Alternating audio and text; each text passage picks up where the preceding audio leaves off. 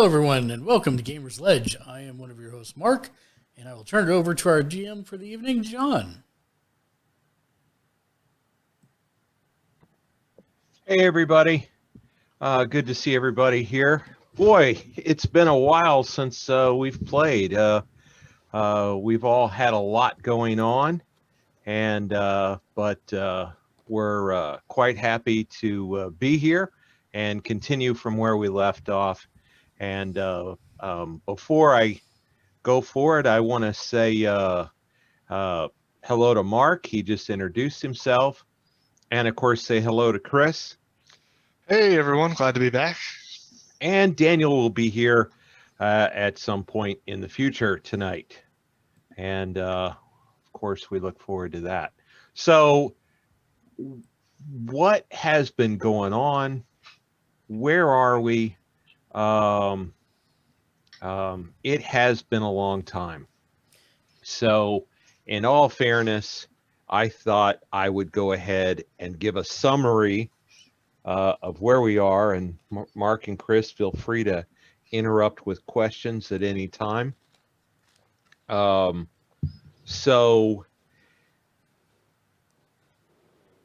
we go all the way back to the end of season one, and our heroes fought Orist in his headquarter tower, or not Orist, Orloff in his headquarter tower. And Orloff managed to escape in the middle of the battle and ran to one of his allies in Atlantis. Our heroes followed quickly behind him through the portal and arrived and had to figure out where they were, found some allies along the way, and managed to find Orloff. I'm Found popular. Orloff. I'm popular tonight. I know. Found Orloff, and as he was getting his medical care, and he was dispatched by Z-Teach. On the run from the guards, Atlantean guards, our heroes made a mad dash back into the subterranean area of Atlantis, of the city of Atlantis they were in, and they called for help from the Utani. The Utani took our heroes actually to another dimension aboard one of their vessels, more established the deals they have going on, honored some of the things that they had promised, and actually sent Z-Teach home. Our players returned then to Donetsk, to the headquarters of Orloff's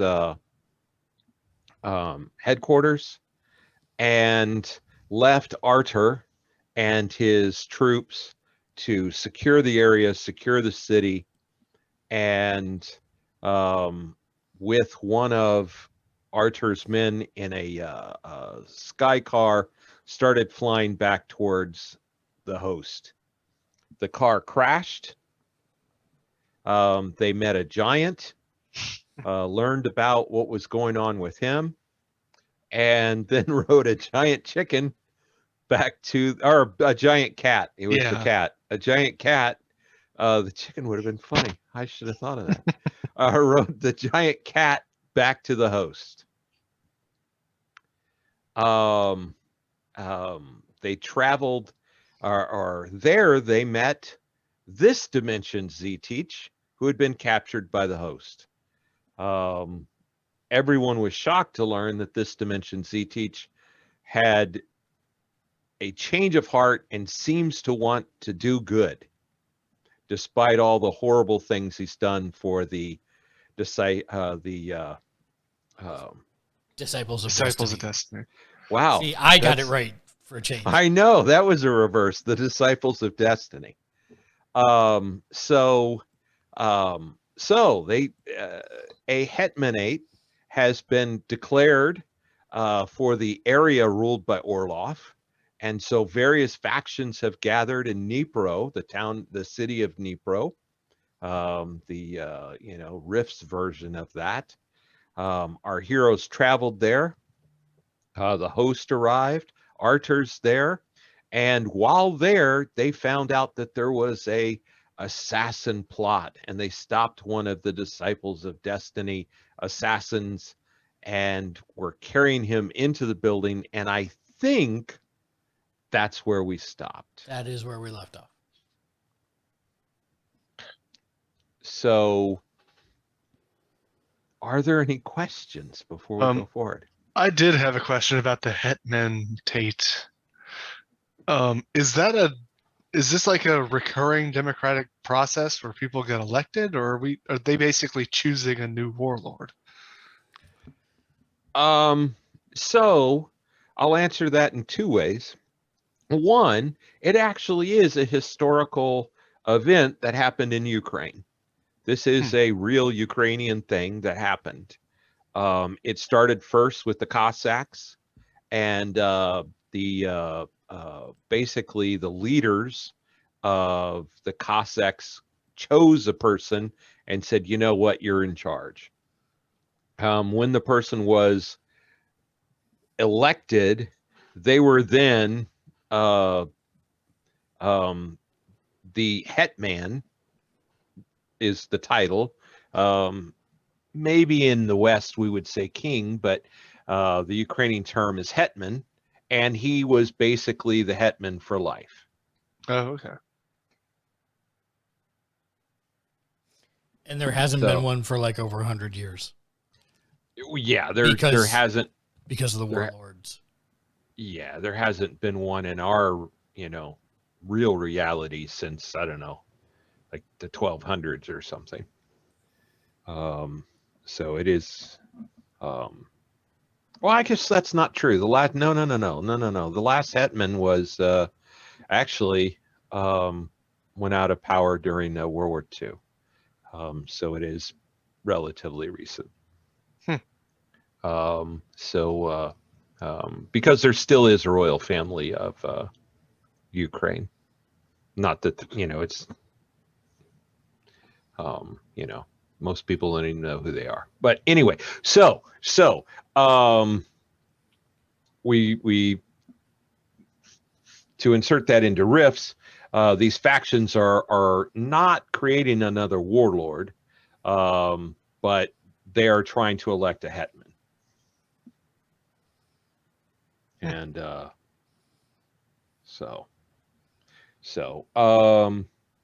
I don't know where you are on your notes, if you remember the names of people. Here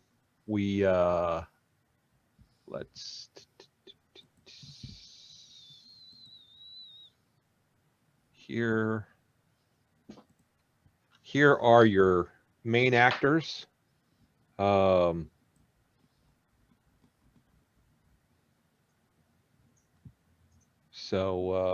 And I don't know if I mentioned it.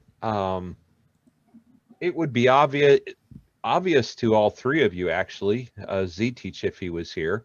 Yuri Pavlenko, again, I don't remember if I mentioned it, but Yuri Pavlenko from Mariupol is not from an Orlov-controlled area.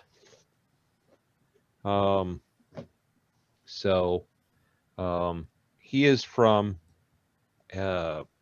just barely over the border. And if you guys open up,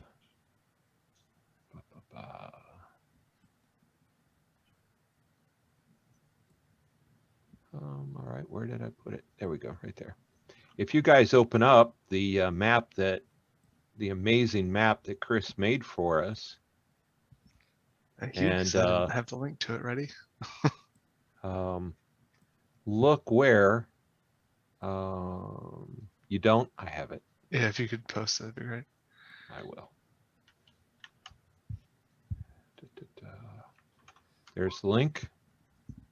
If you look, you can see where Mariupol is. Is it me, or did you just paste Fedeka, you've been to rallies with Uncle again?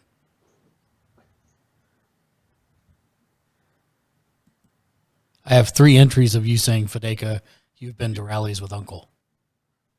I do not see that. I don't either. But my chat system is also locked up right now. Yeah, no, I don't. I'll send it to you in Hangouts. Perfect. Thank you.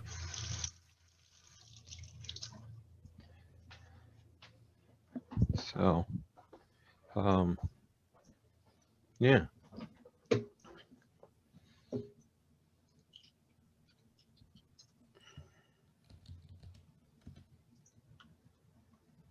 Yeah, weird.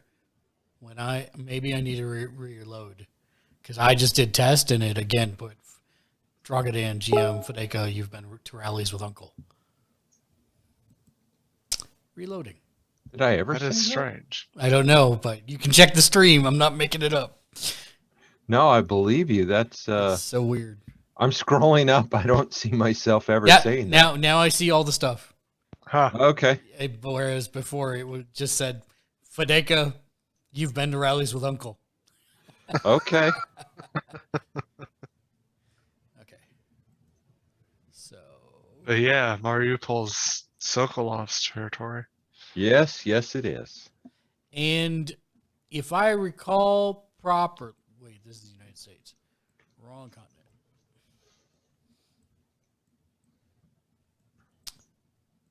There we go. Boop, boop, boop. Now, if I recall correctly, there was something I wanted to recall. Oh, yeah. On the list of guys, the guy that we caught was Dimitri? No, the guy you found, Dmitry, is, of course, the leader of Dnipro, the town you're in. No, it was Victor Yanukovych Okay, that was the guy that was that you followed out to the bushes. Okay, right. Yes. Okay. But he had nominated someone else, right? He had nominated somebody else. Oh, you took He had nominated Ivan Vanko, right. That's correct. who was the lead of the Iron host.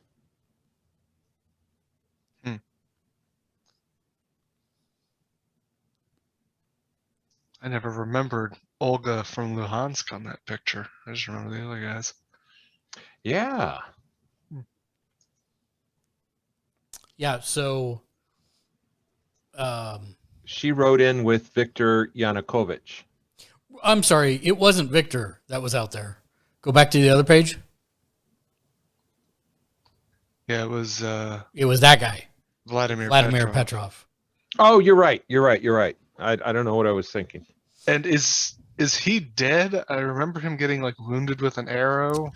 No, we knocked him out. We didn't kill him. Okay. Yeah, I'm going to pardon the noise here for a second. I'm going to turn on the Twitch stream down here, but I can continue answering questions.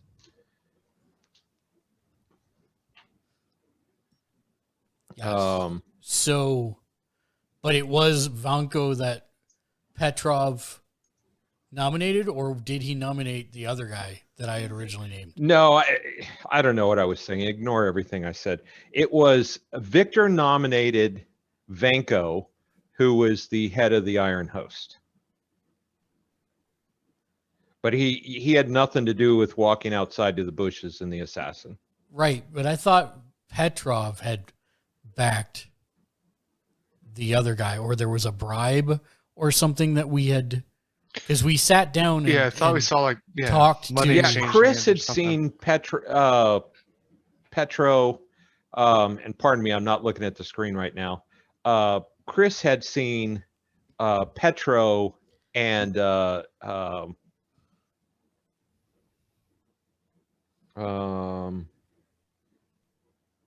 why am I not? Oh, there you are.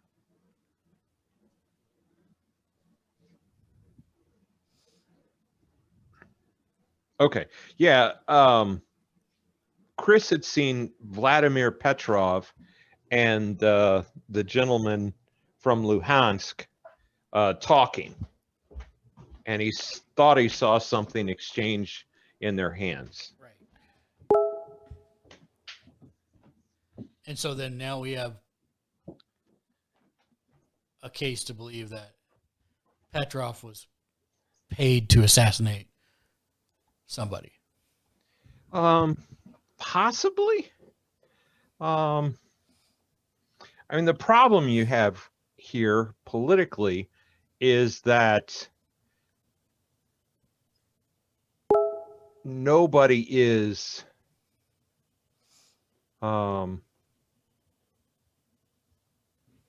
nobody's senior to anybody else. Okay. Right. Right. So, you know, until the election anyway. So it's you know, and there's no United Nations, right? It's at this point kind of a whole bunch of city states that have come together, and so there's no overarching authority. So I will take Vladimir to. Can you go back to the other page? I'm sorry. Dmitry? Yeah. To Dmitry. Okay. Now, last I remember, you had the assassin dude over your shoulder. Right. That's what I'm saying. I'm taking him to Dmitry. You're taking this guy.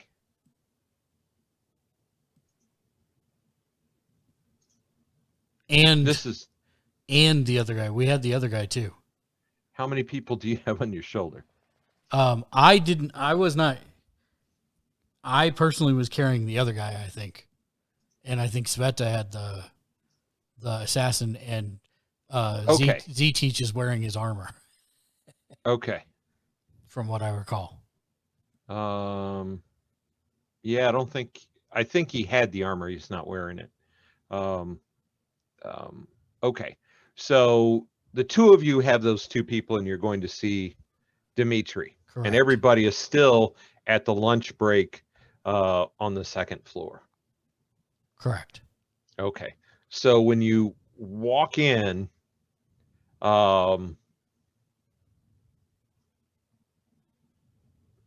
you're stopped by the guards asking you, what is this? What's going on? There was an assassination attempt outside. These two are the ones that were perpetrating it, and we are bringing them to Dmitry. Why don't you wait here? We'll get Dmitry. Fine. Okay. So one leaves. There's three other guards there. And 5 minutes later, Dmitry comes down. And he looks at you and he says, "What's going on? What's the meaning of this?" Well, this man, and I point to the one on my shoulder, brought this man, pointing over to Sveta, the one on Sveta's shoulder, to assassinate some of the delegates. We stopped them. They are with the Disciples of Destiny. Who are the Disciples of Destiny? And you were outside the building. I mean, they're strangers to me, so that's odd. But do you have proof of an assassination attempt? They weren't even in the building with the delegates. We saw money exchanged between. We believe we saw money exchanged between Viktor Yanukovych and this man, and then we followed them outside. Do you have security footage? No. You followed him outside, and he points at the assassin. He says, "Is that man dead?" No, they're both alive. The assassin's very dead, as I recall. Oh, is he? Oh, okay. Yeah, very Yeah, dead. I remember squishing him like a bug. Oh, Yeah, okay. yeah. Yeah, sorry. Which is part of why Daniel's not, or Z-Teach is not wearing the armor. Yeah. He had a rough go of it. He's dead. He's dead, Jim. So what is your proof other than some dead men that weren't even at our meeting? Well, Daniel's here. this one was. Well, but they were outside the meeting when all of these things seem to have been taking place. And he was communicating directly with the disciples of destiny when we. Again, I don't know who that is. And I will do the info dump and explain who it is. Okay. I've not heard this. This is news to us. When he came back, he came with 4 more guards. Good. And he says, my responsibility is to continue with the meeting and continue with the election. And this is a matter that we are going to deal with, and maybe we will let the hetman, when he is elected, deal with this.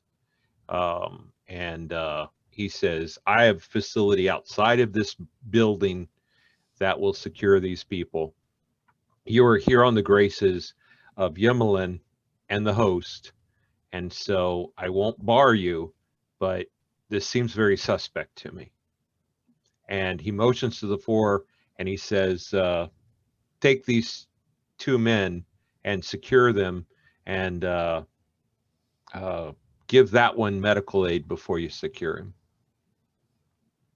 And the 4 guys come and try to take the bodies off your shoulders. Yeah, they can have them. Mm-hmm.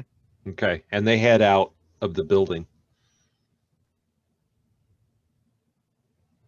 And he says, the meeting will commence again in 10 minutes. I suggest maybe you eat if you're hungry. There's still food upstairs. Thank you. We already ate.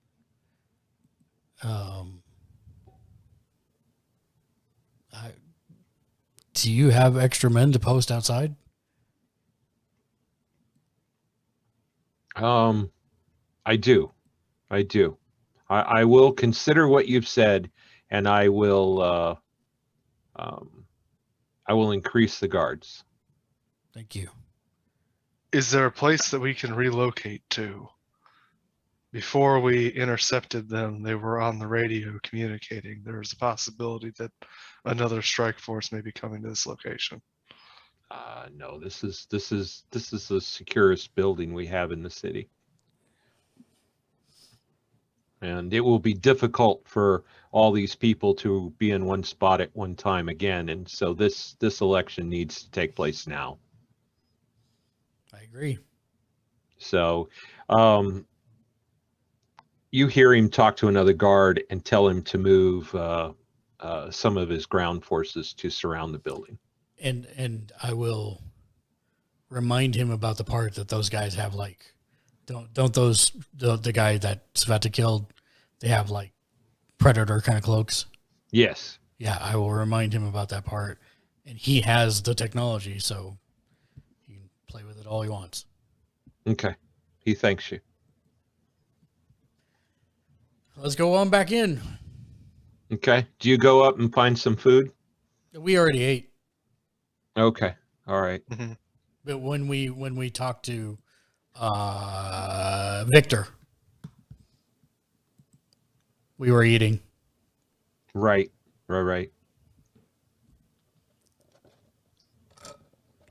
That's true. Okay. Hi, uncles. Thank you for the invitation. All right, so are you just going to hang out in the stands while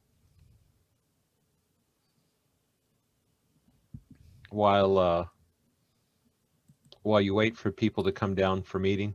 Yeah, probably. And I'll wait for Yemelin and try and catch him before he goes back up on the dais. The one of the first to come down are the 2 Lions men.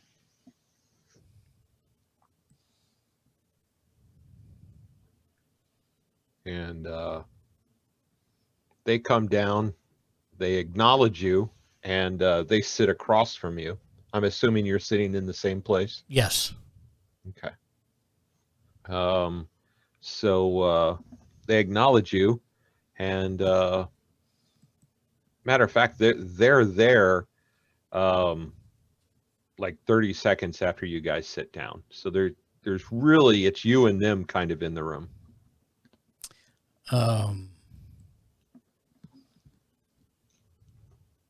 You know what? Hmm. Is Daniel here?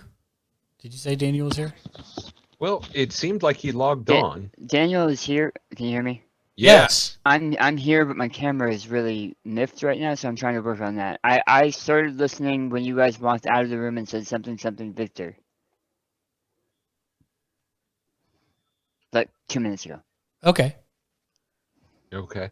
So I'll catch you back up. If you can see the screen. I can. So they talked to Dimitri, who's the leader of this town, Dnipro. They kind of said, hey, we went out, we followed this guy out. There was this assassin we fought. Dimitri's like, hey, this doesn't make sense. How are you saying he's an assassin? He was outside the building. Where's your proof? Oh, you don't have proof. Well, we're going to detain these people, but you're in here by Yimelin's invite, so I'm going to let you back in, but when the hetman gets elected, we'll let him deal with what the heck ever this is. And he one of the men is alive, but he took the assassin in the armor, and he took Vladimir Petrov and told him to give him some medical aid and to detain him. And then Orist recommended he increase security, and so he had one of his ground units surround the building. And then he walked to sit down. It's 15 minutes from the end of the meal, and as soon as they sat down, the lion men walked into the room, and that's where we are. Okay. Give me like 1 minute. Okay. I'll be right back. Okay. So, Orist, Sveta? I turn to Anything? Sveta and I say, it might be nice to have some others on alert. Do you think? It would not hurt, no. I will say to the to Liono and Panthro that we just stopped an assassin in the courtyard. It would be nice to have more eyes open.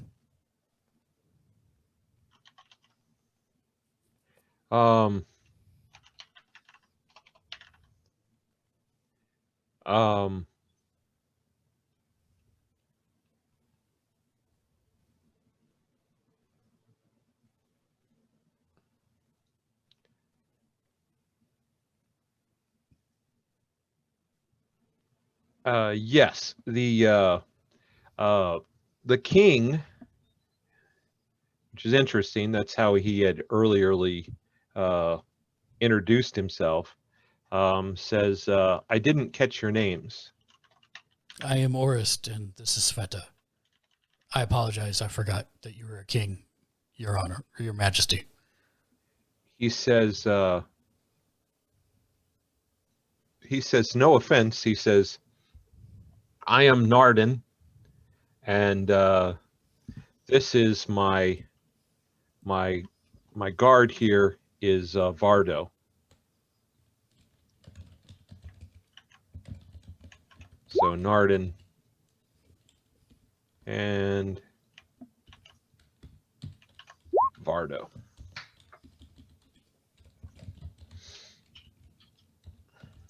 He said, yeah, we are from the town of Razdori, and we obviously came from through a rift, but this is our home now. And it's our hope that when we elect a leader here, that it will be somebody worthy of the position. We don't want another Orlov. Absolutely not. It seems like there's a lot of discord amongst the groups. The Nardo smiles, and it's a toothy, a liony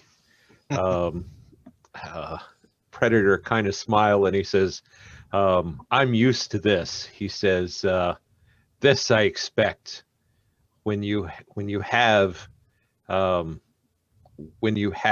leaders of the packs all gathered together, someone almost always gets bit.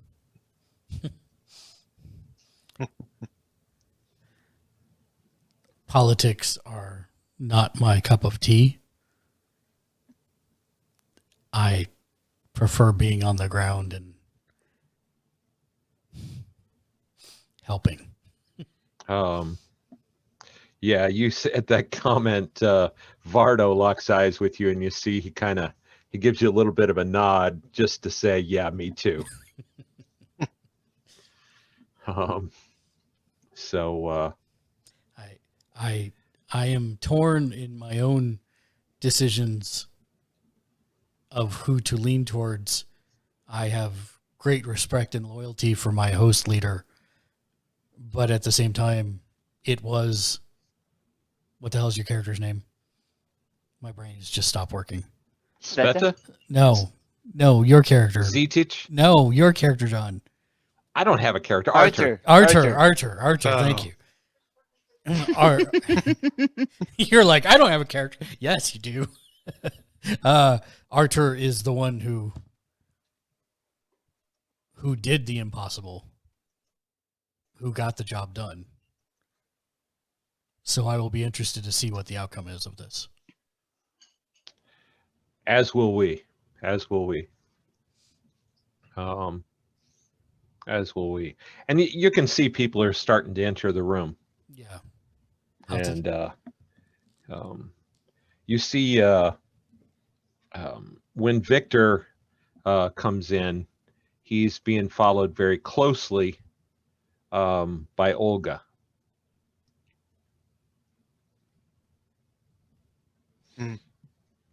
And who in the introduction, Olga is the second, she's the second in charge under Victor. And which one's Victor? Victor's on the other page. Oh, okay. He's the one in the bottom center of the other page. From Luhansk. Yeah. Okay, so the answer is no camera. Okay, well, at least you're here. We're happy to have you. We're Even if we can't see sorry your about that. amazing face. We're happy to imagine your face. It's just like Zetich's face, but with a goatee. Nice. All right, so people are starting to come in. I don't have counters for everybody, but as I recall, that's where you guys were sitting last time. Yes. And let me there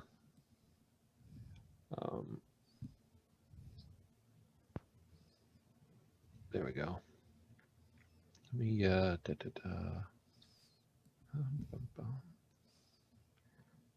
let me draw the table. So there's the raised platform, and then there's the table. There we go. And Narden and Vardo are over here? Yes. Okay. They're over here. Yemelin is here. Oh, was I able to intercept Yemelin before he retook the dive? Yes. Let me finish real quick. Yeah.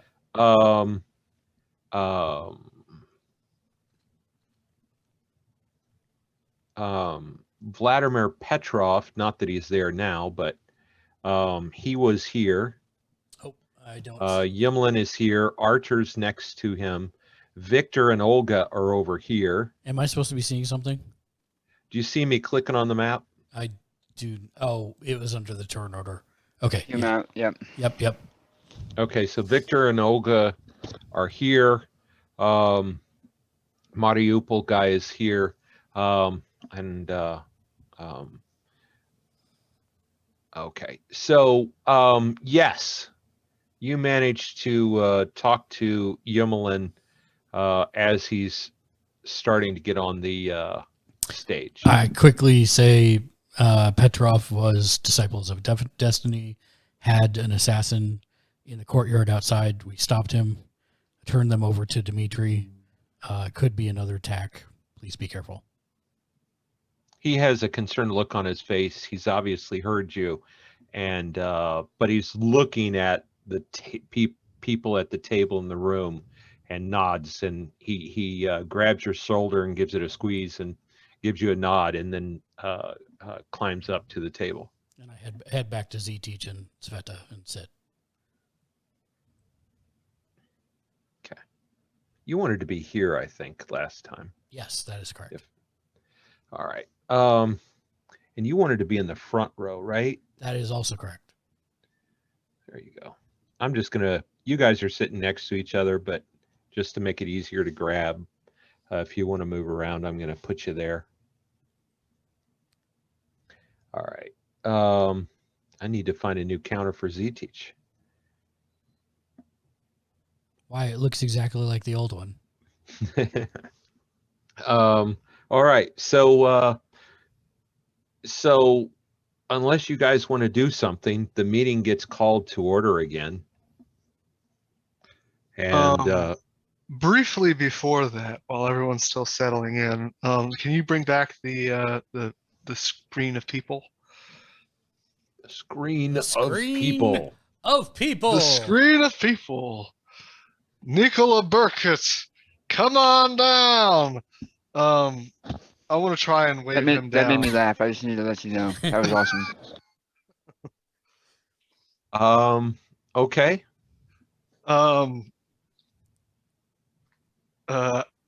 My name is Sveta. I am a blacksmith who used to reside in the west of your lands. Has your city been experiencing any demon raids from the ruins? Yes. That is a huge problem we're having.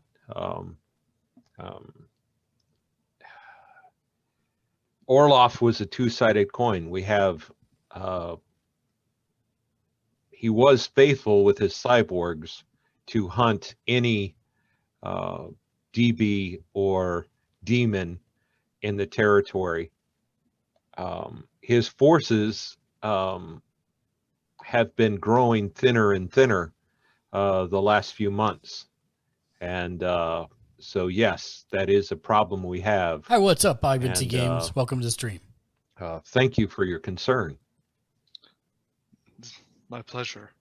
I will try and continue to coordinate with the future hetman to try and ensure that those lands are protected. Okay. By the way, you happen to know, because you're from the area, his nickname is Golden Eagle. You're not sure why. And he's his big mustache, it's kind of hard to see in a black and white photo, but is very blonde. And just a matter of random information that you happen to know is his city, Nikolaev, is known for building ships. So. Okay. But he thanks you for the information and says he has to, the meeting will be soon. He needs to go. Of course.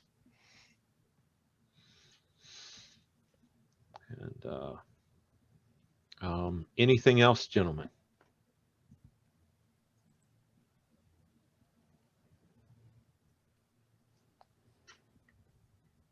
Okay, that sounds like a no. So Dmitri calls the meeting to order. Everybody agrees. I do have one thing. I don't know if I needed to say it, but I'm watching right now. I'm like watching all throughout the exits, looking for predator lines, etc. That kind of thing. You're on alert. Yeah. Okay.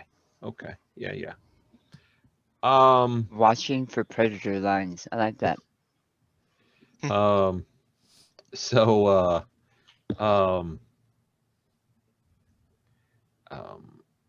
Uri Pavlenko requests the floor, and he's granted it by Dmitri, and he says, gentlemen, leaders, I thank you for including me. You know that my city was never controlled by Orlov. He says, my city is still in Sokolov's control.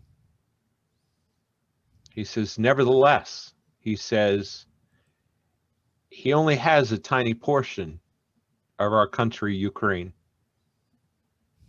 And so, again, I want to thank you for allowing me to be part of choosing the hetman, because I believe that Mariupol will return to Ukraine. And hopefully it will be with your help that we are able to achieve this. And there's some claps and some nods, and he sits down, and he seems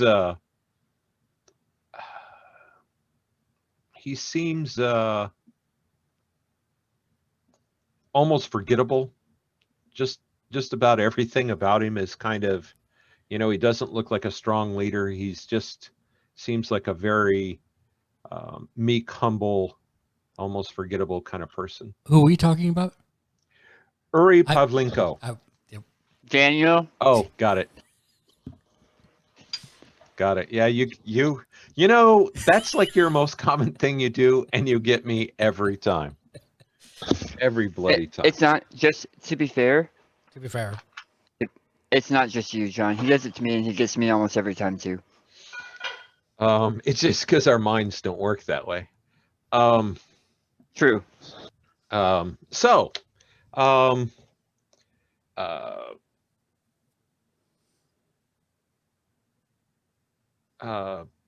Again, I'm going to skip a little bit to the future because there's another hour and 30 minutes of various conversation.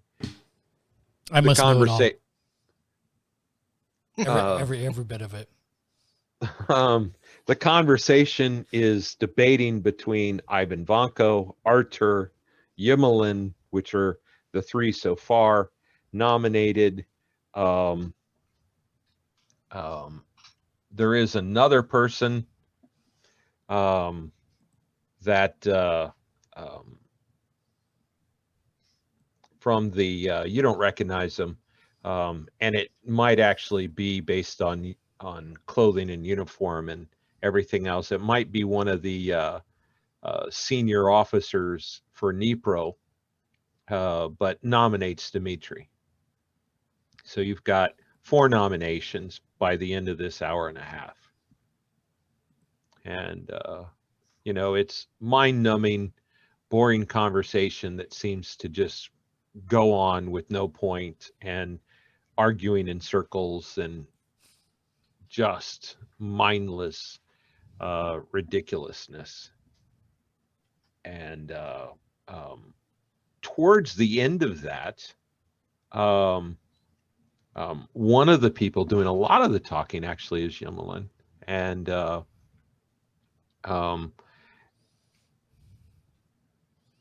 lot of people are really kind of taking stock of what Yemelin is saying and listening to him. And the last half hour is pretty much Victor and Yemelin arguing about the whether or not Ivan Vanko would be a good leader. And a lot of it seems to center around the fact that that Ivan, at least according to Yemelin, Ivan seemed a little too much in Orlov's good graces, and of course the fact that his entire host is cybernetically enhanced. Mm-hmm. And towards the end of that towards the end of that conversation, it starts really getting heated, and you can see Victor is getting very angry. And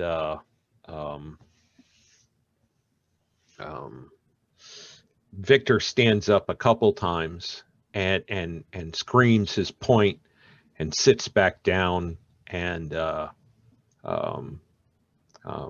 Yemelin continues to sit and talk in measured, non-angry tones. But while he continues to do that, Victor keeps getting more and more and more angry. And when all of a sudden Victor stands up, pulls a pistol, and shoots Yemelin. Ruh-roh, Shaggy. Uh, The shot hits Yemelin. Yemelin falls off the back of the stage. And I'll now deal some turn initiative order cards. Yeah. Yeah. Sveta is already out of her chair with hammer drawn.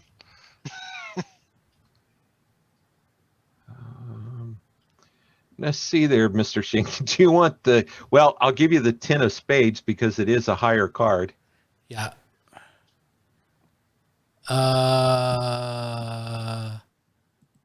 Okay. We should have refreshed luck. Is that Benny's? Benny's, right? Yeah, let's do that. I debated if I was going to do that or just continue it from the last time, but you know what? I'm going to be a nice game master and refresh. So, I am a kind and benevolent God. What? by the way, speaking of which, did everybody look at the handout that I sent all of you? The handout you sent me. Yes, I sent the handout. I sent it to Chris in Viber. I sent it into our joint chat, and I sent it to you. Oh, no, I did not send it in Hangouts because I couldn't figure out how to send something in Hangouts. So Mark, It's in the Tuesday Riffs. It's in the Tuesday Riffs folder, Mark, on Facebook. Okay. I couldn't So- see it. I logged in as soon as I got home, so I haven't seen it either. I fair can't get to enough. that. I'm So sorry. here's the deal. A Facebook page I'm a member of has that as a shortcut. Some of it doesn't make sense to me because it's very different from what we were doing. And I sent the first one, and then shortly somebody said, hey, there's an updated version, and that's why I sent the second one.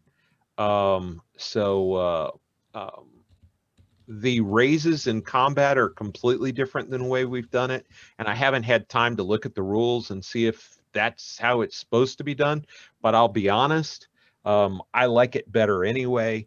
So we are going to change how we do raises. The other thing is that I realize, and once I read it, I realized I remember the rule, and I realized I've been doing raises completely wrong. And I wanted to talk to you guys about that. So I have been doing raises by a multiplication of the target number. Okay. Right? So if somebody has an armor of 9, then the raise would be 18. Right? And that's not the rules. The rules are you get a raise every 4 points. Oh. So now that we're going to use the sheet, your world got a little easier. Of course, Okay. bad guy's world got a little easier too. Yeah. So combat's going to be a little different, and we'll try this, and I will this weekend compare the actual rules, no kidding, to this sheet. But on this Facebook, which is a Savage Worlds Adventure Edition, Facebook page, this is what apparently people are using as their cheat sheet. So we'll give it a try, and we'll see how that goes. But yeah, it should be very different considering when you guys were rolling 30 to attack. That now some of the times you're rolling 30 to attack, somebody's armor was 30, so you still have to beat somebody's toughness plus armor, Sure. right? You still have to beat that, but we don't have to roll a 60 to get a raise, right? That's right. If somebody's armor is 30, that means to get a raise you'd need a 34. Got it.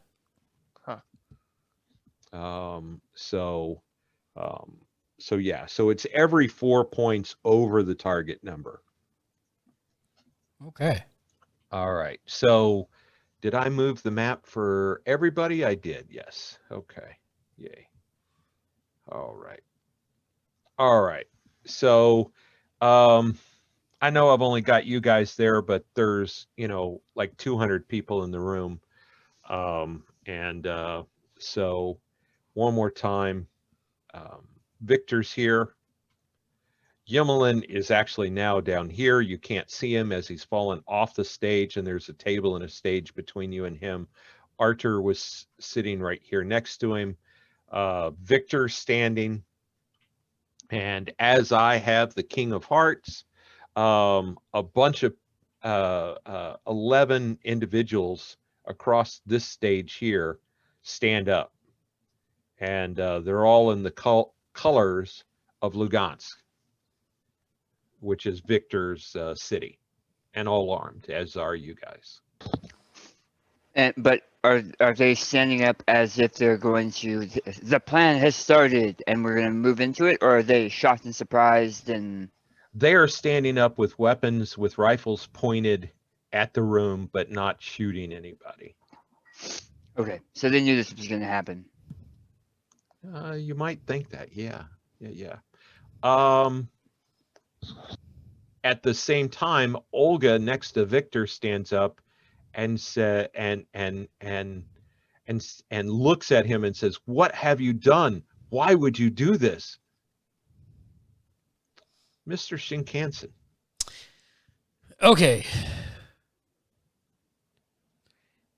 5, 6. Movement is 6, correct? Yes, sir. And let me draw something here real quick.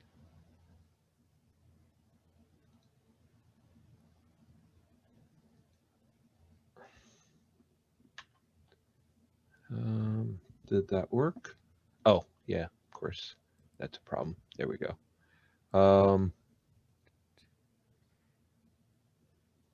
There we go. That's roughly where Victor is.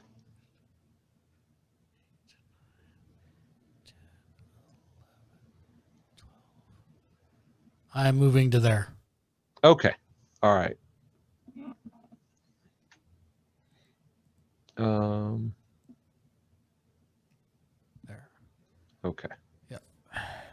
I'm trying to get as close as I can to Yelma. You're right next to Yimmelin. Okay. Like close enough that I could lean down and see if I can. Okay. So yes. then. So now here's the deal. So you double moved. Yeah. So you don't have any actions. Yep. But I will tell you that you see no blood. You see a blast mark on his clothing, and you see something shiny underneath the clothing, and he looks rattled but conscious. Good.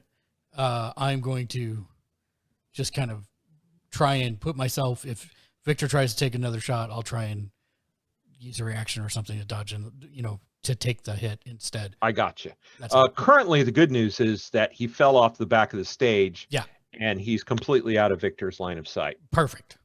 That's my turn. Zetich. Zetich is going to. So can you show me where the 11 people are again? Like, yes, sir. Are they all along the back, or are they in the corner? Yes. Okay. Yeah, they're from here to here.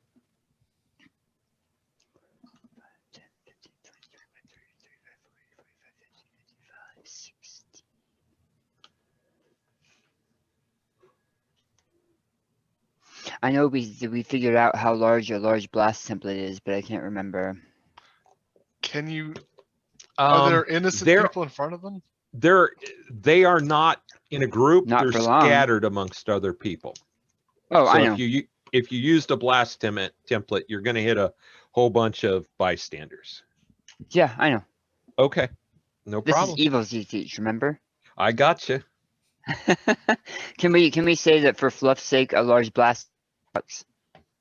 A large blast. What? Blast template covers that box. Let me see. 97. I did a lot of work today, so my speech may not be as clear as I would like. It was not your speech. Your microphone cut out. Okay. Yeah. But I'm also letting you know that I can feel the tension in my jaw. So I know that it's going to affect 4 targets basically. For a large blast template? Well, yeah, I'm looking at page 97 and it says diameter is 12 yards, targets affected 4. Use the measurements below.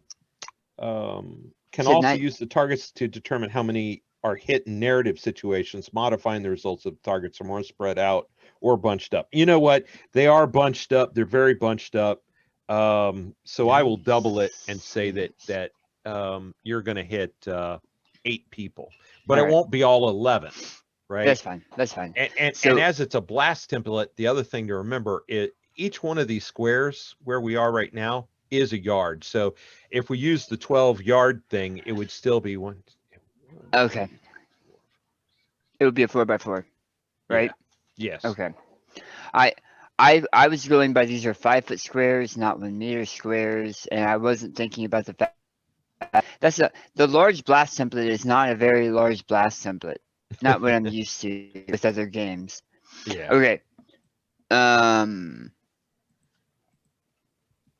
So Z-Teach is going to jump over the 1, 2, 3, 4, 5 here.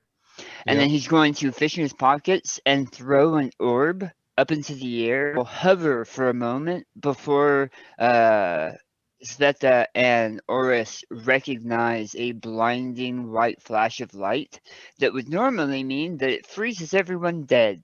And it blasts over that area, and you can see like ice and well, first I'll roll and see if it actually does it, and then I'll tell you.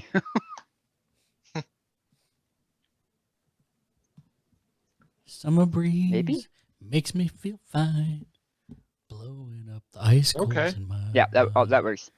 And so the ice will start to form all over the floor and chairs, and essentially lock the people in that large blast template into place. Essentially entangling them. That's cool. Okay. So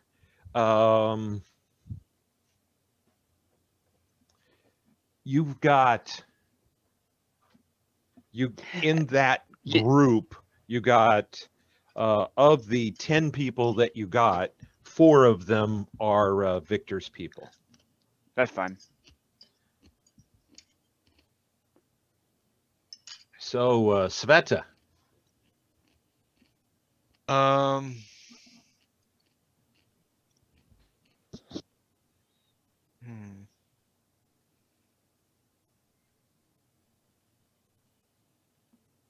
How far can I go?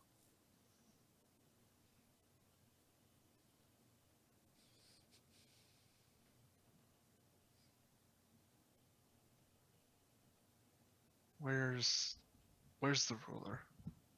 It's the one that looks like a Q, a weird Q. Okay. So you can go 6 squares before. Yeah, for 1 turn. That's also 6 squares.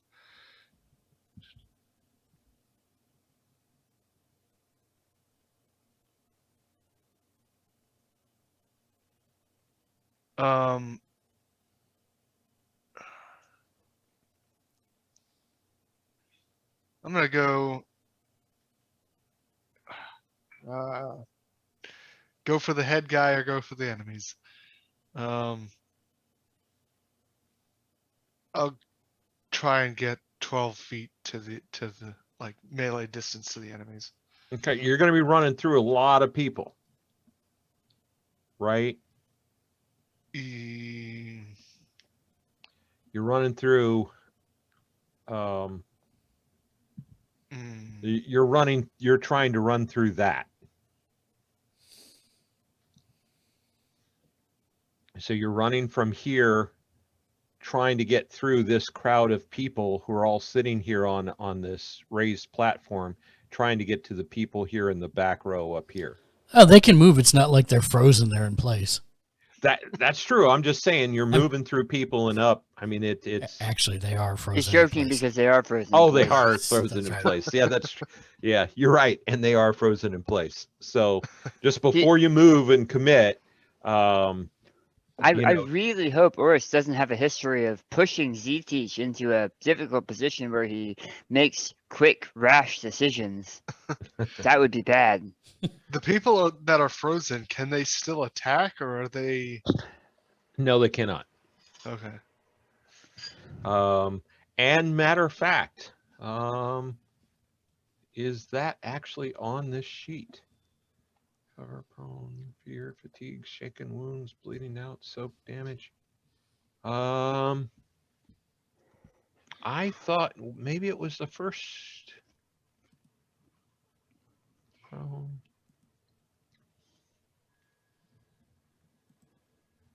Okay, I thought it was on here. Anyway, they are entangled. They're unable to do anything. Yeah. It was Victor that shot Yes. Yemelin? Yemelin. Yes.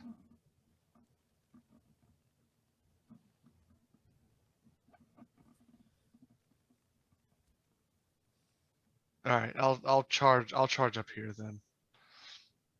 Okay. And I can't You're going here? yeah. Okay. So Can I that's a double move. That's all you can do. That's fine. Okay. All right. So before I deal the next turn, I have some alibi NPCs that are going to act. And the first person to do something is um, um, are the lion folk stand up, and you see Vardo. Yeah, Vardo pull out his bow, and he's pointing the bow at the people who are pointing with rifles. Ivan, the head of the Iron Host, stands up, and back here, if you see where I'm clicking, there are 7 people that are Iron Host Cossacks that also stand up. And weapons drawn. And next to Victor, Olga stands up, and she's been carrying around a mace, a large mace, and she pulls that, and she attacks Victor.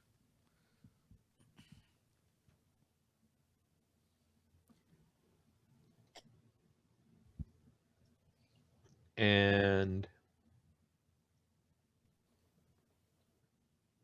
she hits him and hits him in the chest. She stands up and she swings and hits him, and he falls backwards off the stage. And Does he drop the gun? he does drop the gun. And she shouts at the rest from Lugansk and says, "By my order, you'll stand down."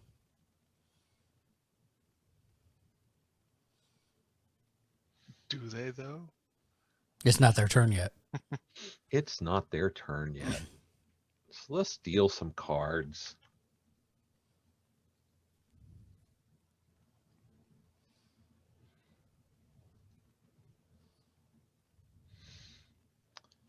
Let's see. I'll keep the jack. Yeah. Kind of thought you would. Okay. So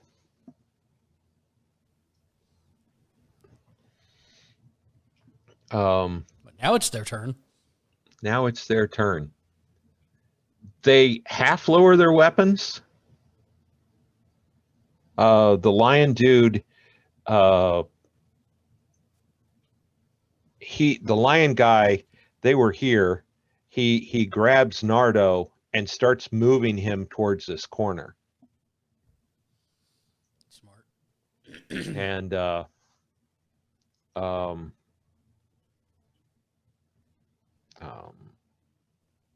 Ivan is still standing and says, I demand a vote.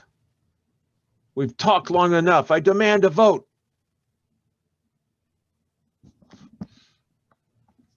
And Olga bends down over Victor, and you're not sure what's going on there. You can hear she's talking to him, Sveta, but you don't know what's going on. Mr. Shinkansen. I will say you would call for a vote when someone just attacked your brethren. Way to care about other people. And I will, I don't have medicine. I think it's a thing that I don't have. Is that correct? Or is it I'd have to survival? look at, let me see. Where are you? There you are. Character sheet.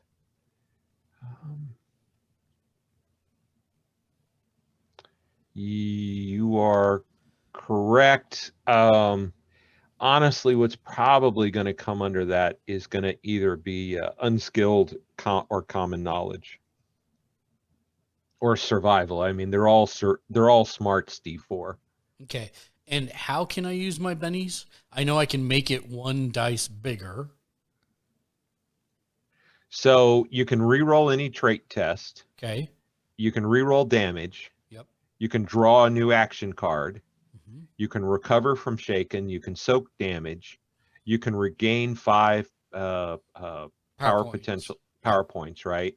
Or you can try to influence the story. Okay.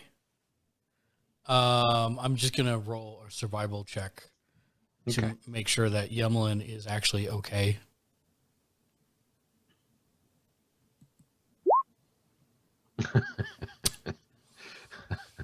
All right. So that is that's 2 raises, and he's fine. The only thing damaged was there was the force of whatever hit him actually moved him off the stage, but he had MDC armor under his clothing. Right. And all it did was burn a hole in his clothing, and he's got a few bumps and bruises from falling backwards. So I will pick him up, and I will actively stand overwatch, and I will pull out the cannon. Okay. And that's my turn. Okay. Sveta.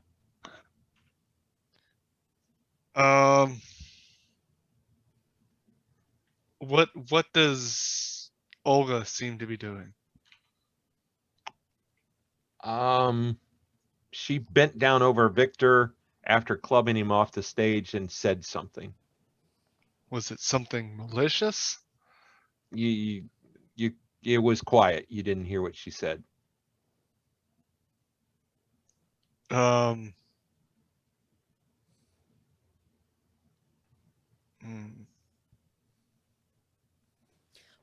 the way, I'm not sure if you realized what you said, John, but it was hilarious. What did he say? He said, I've got to do some alibi actions for some people. Why is that funny? Because it's like... Ally. ally action. Oh, I thought he said alibi action. No, I No, said he said- alibi. It's I Oh. guess it's from when I was in the military. You know, it's whenever you had things left over, the military always calls it alibi. You know, like if you go to the range and you're supposed to shoot 6 rounds and you shot 4 and they call ceasefire and they say, does anybody have any alibis? Oh, you meant it like leftover actions. I took it to mean that, oh, well, we obviously planned all this. Now I need to do some alibi actions. And I thought you meant allies, because alibis from my time in the military were excuses. Yeah, I guess that's true too. No, I meant it just things left over. Because I had an order I wanted things to go in, and you know, I have 2 sets of NPCs, right? I have Victor NPCs and the other NPCs, and I didn't want all of them to act at the same exact time. So I added, in my mind, a second GM action after whoever went last time, I think Sveta, and for the other NPCs to act. I'll try not to use the word alibi again. Is Victor knocked out? Are you going to bend down and look? Sure. Yes. He is hurting. He's not dead, and he is mostly conscious-ish. I'm going to knock him unconscious. Okay. Olga knocked him off the stage. Olga's his second in command. Olga's Yeah. bent over him, talking to him, and you're going to punch him. Yeah. Okay, so go ahead and roll a die. Okay. Yeah, because and he's first command, so as long as he's conscious, he can override her. What is that, fighting? Yes, sir. All right. So he is in a vulnerable position, which means you need a 4. So you have a raise, and you punch him in the head? Yeah. Okay, and bam, he's unconscious. Okay. Solves that problem. Z-Teach. Zitich is going to call out, how is the wounded, to Urist. I think you're on mute, You brother. can't see my mouth, but it's Yeah, my mouth is moving, but you can't hear anything. He's standing up. I pulled him back up to his feet. Okay. There's a lot of things between me and there, including a lot of people. Yeah, okay, then I will shout back. Uh, He's okay.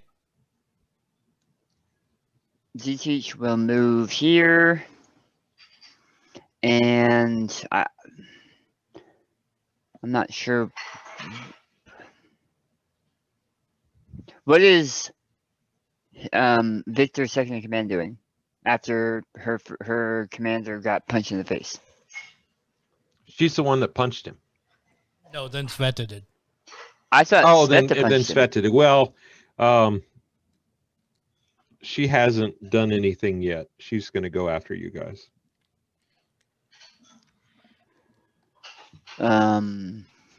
Zitich will stand by. Stand by. Okay. You He's can hold waiting your behind action Sveta till to after offer. her. Well, I figured she was going to act, and then okay, yeah. I just want to see what she's doing. Okay. Archer helps. By the way, Archer helps Yimmelin up on the stage. Helps you get him up on the stage, and you can tell in a protective stance towards Yimmelin as he was, sitting next to him.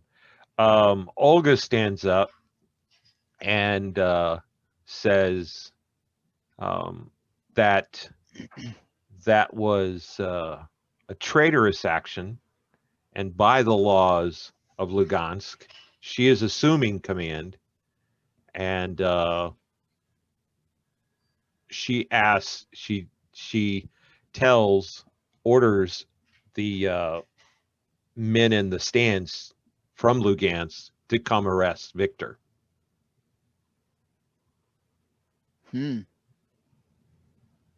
And they seem conflicted and confused, and three of them start walking down, looking back at the others like, what are we doing?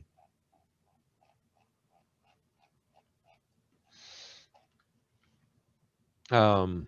Nardo, Narden and Vardo are in the corner with Vardo between the room and Narden. Over here.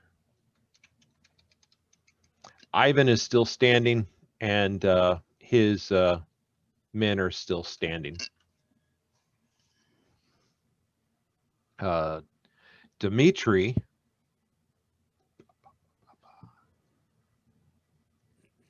stands up and says, "Order, we will have order. Everybody will sit down. We will sort this out, but we must have calm. We cannot have this."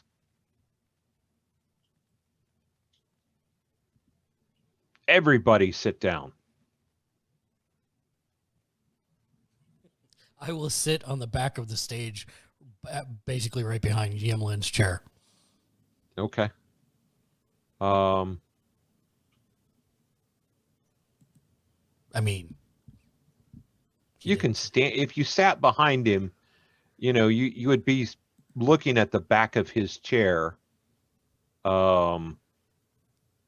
You wouldn't see much of the room. Yeah, I get it. All right. You'd probably stand behind him. Yeah, I'd stand behind him. Yeah. So he's shouting that I'm going to deal cards just in case somebody wants to do something. Well, I'll take the 3. The 3 of spades is a higher card. So right. I'll take the 3. All right. So, Mr. Zetich, what would you like to do? I'm gonna go sit down.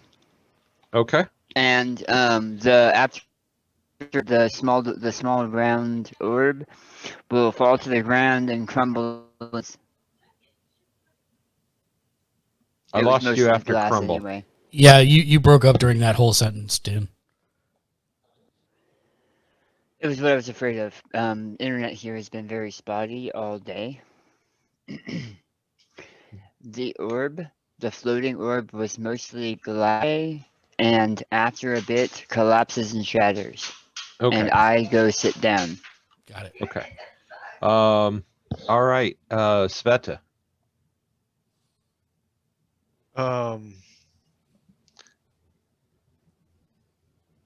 Sveta will try to get Oris' attention and kind of ask him in a charades manner if Yamelin is okay. Okay. Okay. Then I'll go back and move to sit down. Okay. The 3 guys. I would have actually asked Yemlin, do you want me to stay or you want me to go back? Okay, well, you can do that in a minute. Okay. Let me move you, though. You're here. 3 guys come down, and they're standing around Victor on the ground, who's still unconscious. And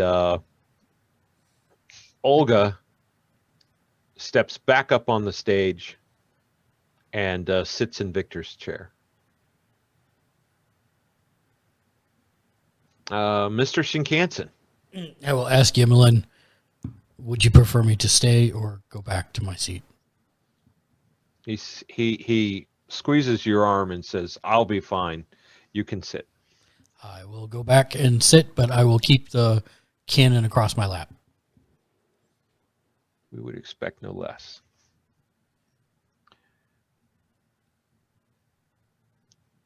Dmitri calls for some medical people to look at Victor, and there's some people moving in and out, some medical people. Yemelin looks at Ivan and says, "We can be civilized here. Let's all sit." And Ivan complains and puts up a fuss and says, "I still think we should vote," and sits down, and the people behind him sit down. While Victor is being seen to by a couple medical people, um, Narden and Vardo return to their seats.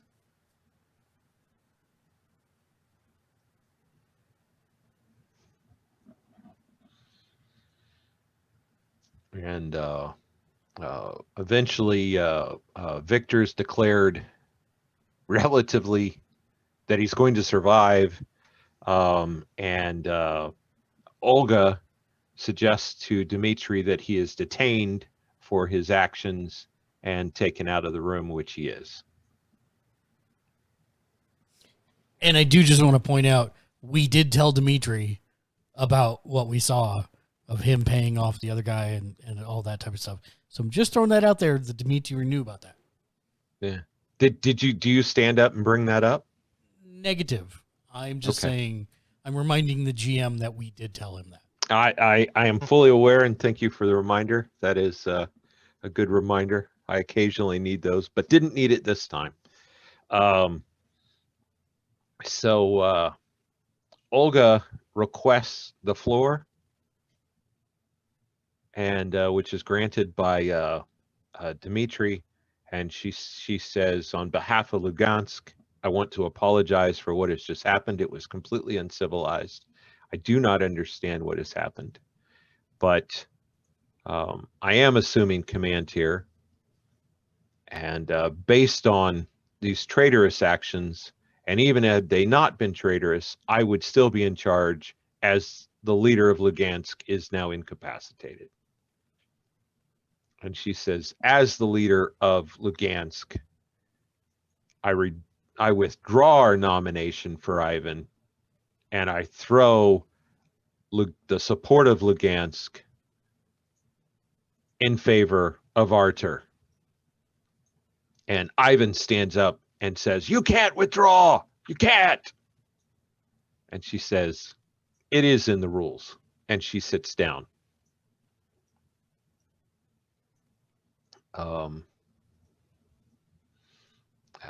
And of course, there's now another 45 minutes of arguing, and Yemelin defends the action. Dmitri defends the action. Matter of fact, everybody defends the action and says no, they can. And Ivan eventually settles down. A break is called, and Dmitri says that there are refreshments upstairs, and calls for a break. And he says he has increased guards and says that any other trouble will not be tolerated. So what's the haps, guys? What are we doing? Upstairs for refreshments? I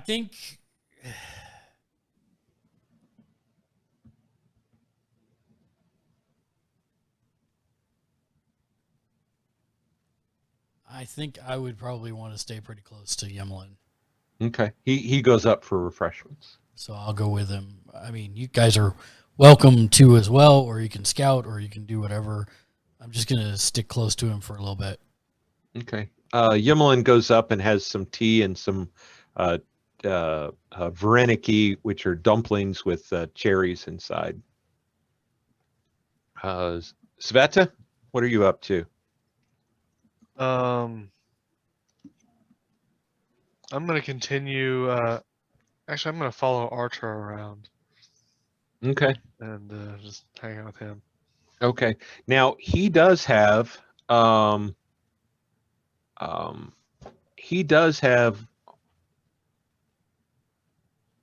he's got 10 of his men are here. Boyani, and of course all of his men with him were the 12 men on well, 2 of them are dead, but were part of the 12 men that were the initial that got the Utani armor. They don't have it now, but had the Utani armor and were part of that raid. So you recognize all the men, whether or not you remember their names or not. But you do recognize Boyani. And just Mark, you look like you want to say something. I'm just saying that's a shame that he doesn't have them all in the power armor here. That would have shut Ivan up real quick. That would have shut him up real quick. You are correct. But so- Yemelin only has Orist. Yimlin has no. Yimlin has. Yimlin has Carrillo, which is his lieutenant, and he has Danilo, Feder, Fedeka, and actually has Katarina with him. Yeah. And, yeah, I'll still hang out with Artur. Yeah, with Artur. Okay, Mr. Zetich. So Zetich is going to be,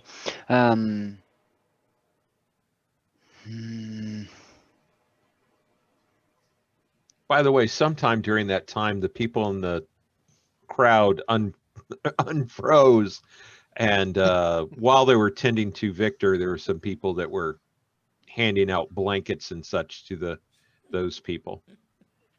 And when they come to, they kind of look at you like, "What the heck?" So you're saying that they gave Zetich an icy reception? They did. They did. Zetich will nod to them and salute, and he's going to move slightly down a little bit so that he can keep an eye on the stage, and he's going to watch the stage to make sure nothing nefarious happens to it while everyone else is milling around. Okay. All right. So you're basically watching the room and the stage, particularly to make sure nobody's doing something weird. Yeah, because that's 2 assassination attempts or assassination setups in as much as a day. The Yeah. third one, they might go for broke and just blow the place up. So That's fair. Does Zetich notice any of the people that were frozen giving him the cold shoulder? He does, actually. They all seem a little less than thrilled about having been frozen. I'd give them a warm smile and tell them to get over it. Tell them it's because their heart wasn't open. So It could be worse. You could be from insert city name here. I get what you're doing. So while you're upstairs, Mr. Orist, and standing, are you eating are you eating dumplings with Yemelin, or are you just standing there? You know what? Because I have no idea what's going to happen next, I will eat a dumpling, and have tea, and that's it. The rest of the time, I will be completely on alert. Okay, so Uri Pavlenko comes over to speak with you, and you can tell he is, as I've described, he's timid. You kind of think to yourself, it's you almost wonder, how did this guy wind up in charge of a city? And who was it again?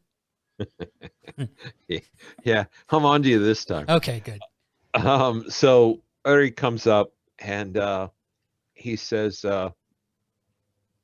do I understand right? You fought directly against Orlov?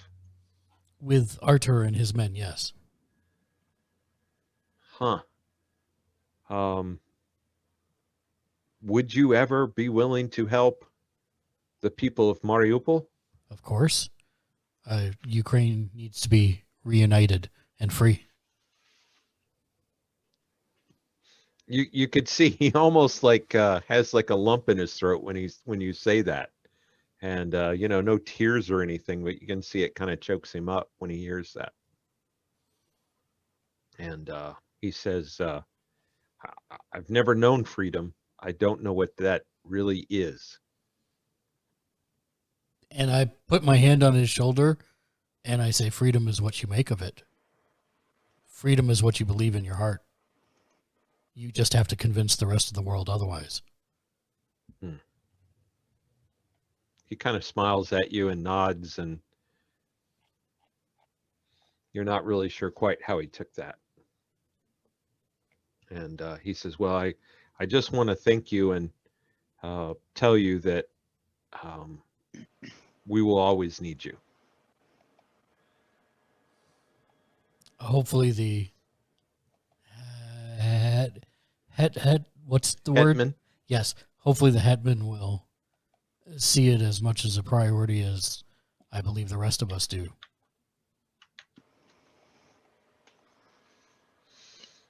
It's in chat, in the Roll20 chat, Hetman. Thank you. And that's why it's a Hetman 8, because it's the Hetman election, basically.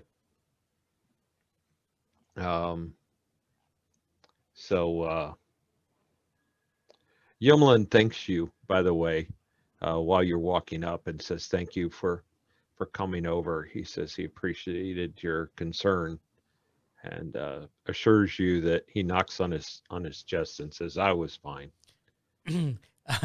Really surprised.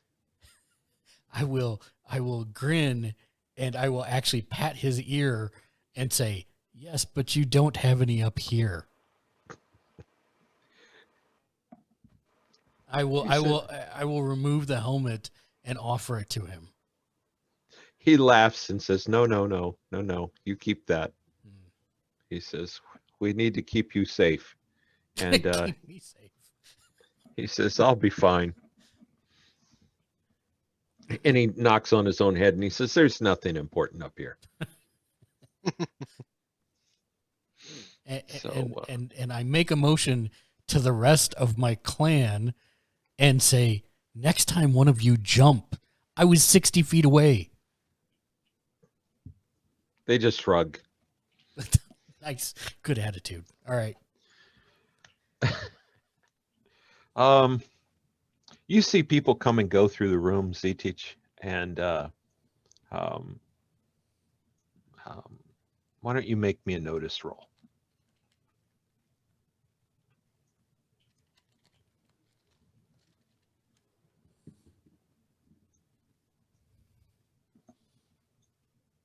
Oh, come on. How many times do I have to click you? Yeah, that's a raise.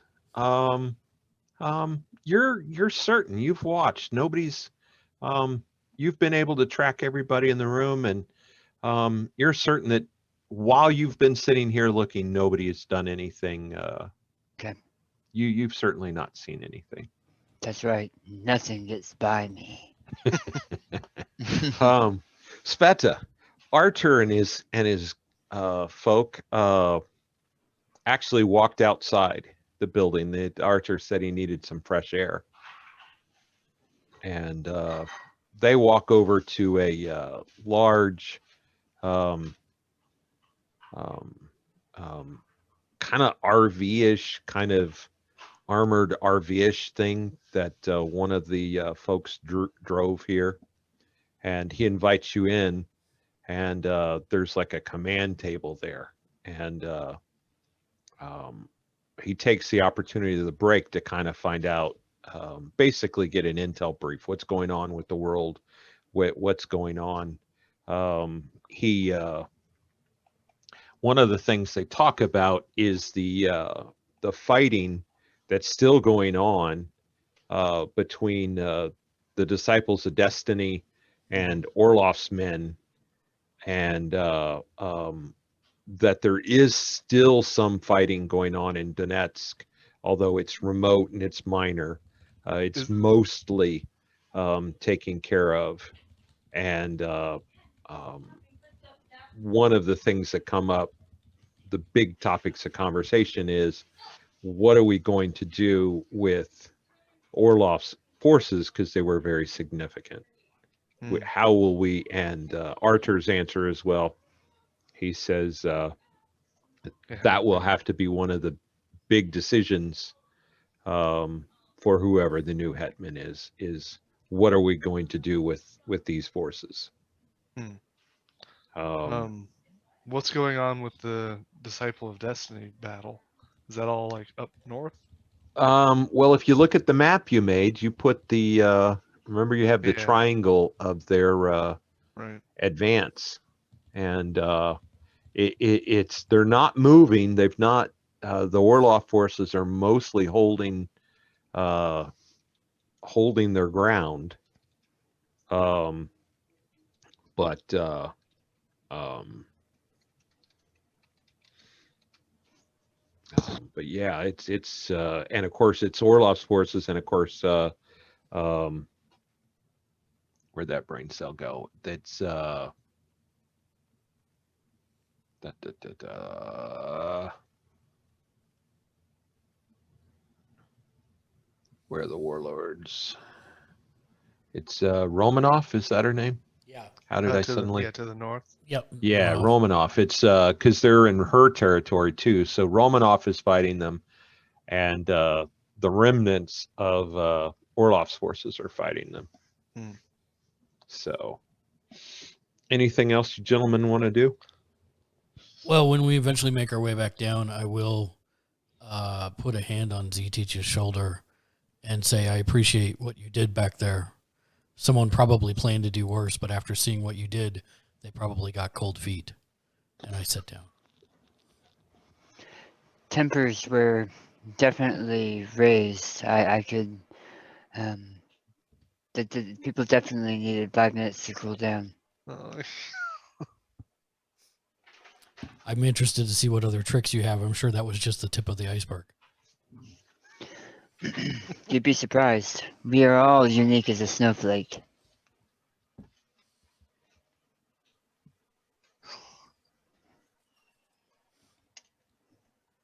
Yeah, nice. Have a couple bennies for that.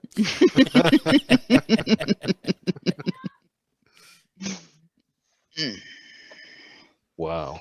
Hey, Oh man, I'm just not taking my shoes off. It feels so good. that's funny. This Yeah, is it. In character, I'm taking my shoes off. Middle of It's like, a political debate. Oh, my shoes. oh, you really? That's not humor. You really are. no, he Okay. was. No, I'm Oh. not. I was joking. Oh, okay. At first, I thought you, the player, was doing that, and then I was like, "Oh, you meant the character." I And was doing it. Yeah, no, the player was doing it, and the player's feet feel much better. well, I'm happy to hear that. Because you and I particularly have to protect our feet. True that. I've been really careful about that. Yeah. True that. So, all right. So, when I designed this, one of the things, even though I have some events and things, it's kind of difficult to cover hours and hours of boring diplomatic conversations. What?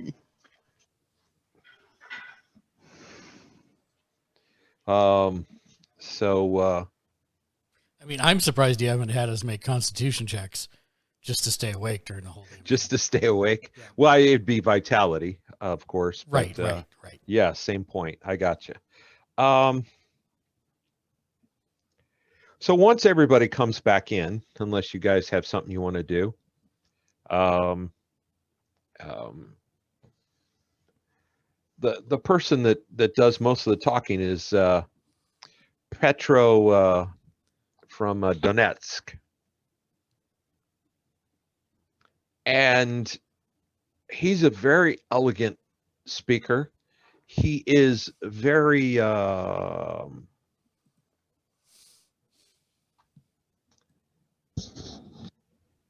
he is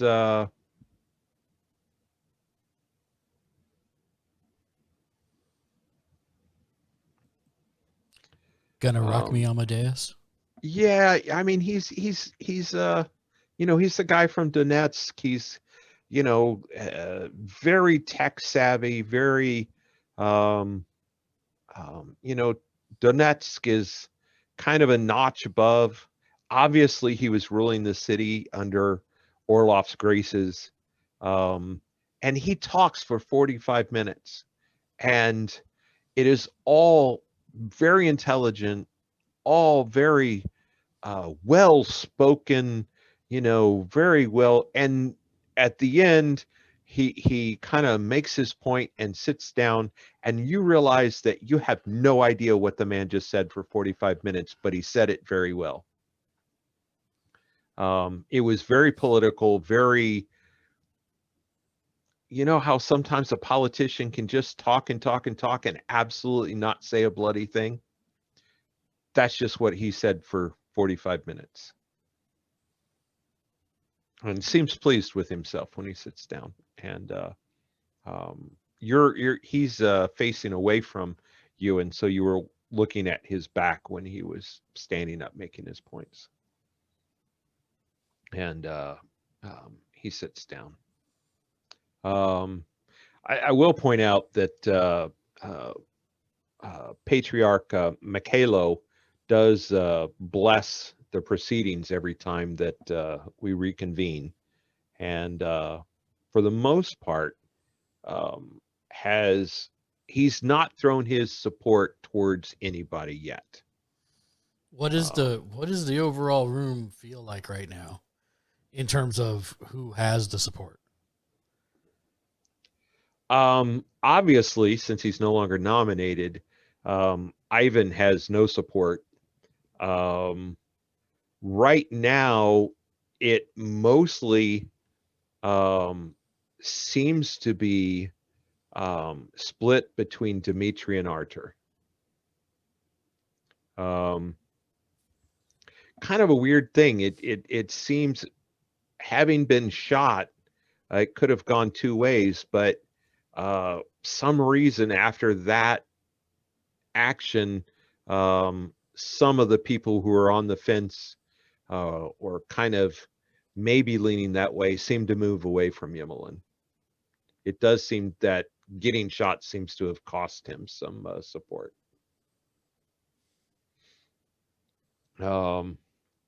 So the arguments, the discussions continue, and at 5:30 that evening, Olga suggests that they rest for the evening and reconvene in the morning.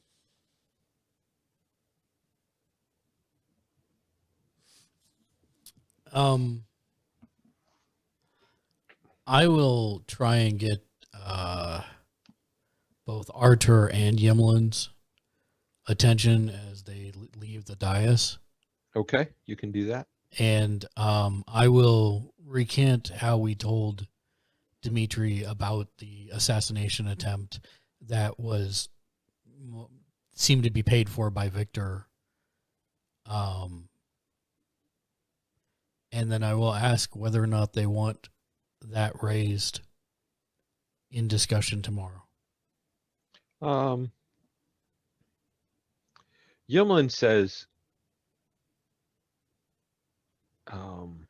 Dmitry has no experience, no knowledge of the Disciples of Destiny.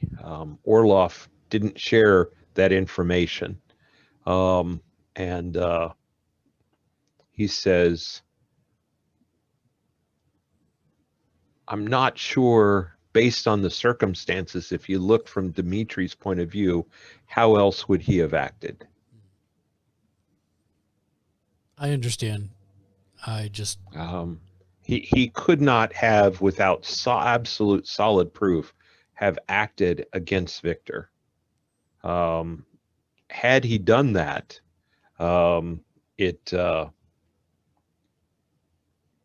people could have used that to call into question what we are accomplishing here. My only thought was, we arrived before the Hetman took place. He consulted with us. We showed him how to shore up his defenses. And for him to suddenly say, where's your proof? when we've been working with his forces all this time is a tad odd. Says, I understand. But Yimlin just says, I'm not sure what else he would have done. Okay. He did detain the people. He did. And he did allow you back in the room. He did. And he has detained Victor. And I'm fine. I will nod, and I will nod to Archer, and I will inquire about how things go with the battle, etc. Because I did not get that update from Sveta earlier, so Okay. he didn't catch me up. He invites you to his van, and if you go with him, he shows you the map and has the whole conversation with you about it. Perfect.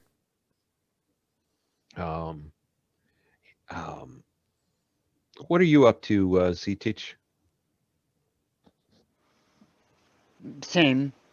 I mean, short of things getting crazy, he's watching his P's and Q's because of how closely he was being monitored earlier. Mm-hmm. Actually, that's one of the things I would want to do is introduce Archer to Z-Teach.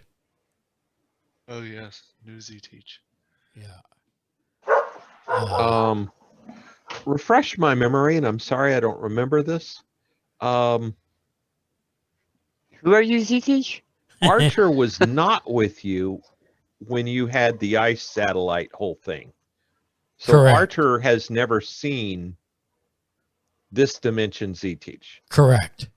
And probably, I don't remember any conversation, so probably never even realized that existed. Correct. He probably just assumed. He just assumed it's regular Z-Teach. Yes. Yes. And that's why we need to have that conversation with him. Okay. Where are you having the conversation, and where is Z-Teach when you're having the conversation? So after we're done with the update on the status of, the city, Orlos forces and all that, I will say to him, Just a second. Where are you while this is going on, Z-Teach? Did Oris say we want you to meet someone? No, not yet. Then Z-Teach is sitting in his chair, still keeping an eye out. Okay, so you're in the van. Z-Teach is in the bleachers. Go ahead. Yep.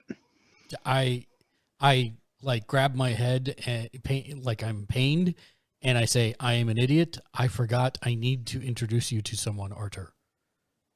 He says, who? Of course. His name is Z-Teach. He says, no, I know Z-Teach. No, it's not the same Z-Teach. It is the Z-Teach from this planet, from this reality. And he was a officer in the Disciples of Destiny. This is disturbing news, I think. It is a double-edged sword. He has expressed that he wants to repent for the things that he's done, and he has been placed in our charge, and I believe him. And so far, his intentions seem good. And he is... Does he have the same abilities that... No. Not at all. Is he going to be of use to us in battle? In battle, perhaps, for his knowledge of certain Disciples of Destiny's projects that he worked on, but he is still nonetheless a very smart individual and very good with his hands and mechanics. Mechanics. Interesting. Okay. And perhaps he'll have some intel for us on the Disciples of Destiny? Yes, he was in the research and development department, I believe, or branch, I believe, but he can tell you more about that. And he is willing to talk about whatever you wish. Okay. He says maybe this evening at our encampment we can have a conversation. Perfect. Okay. And then I will thank him and tell him, let myself and Sveta know how else we can help. Okay. And then I will take my leave and I will go find Z-Teach and I will, I'll go look for him. Last time I saw him, he was in the bleachers. Yeah.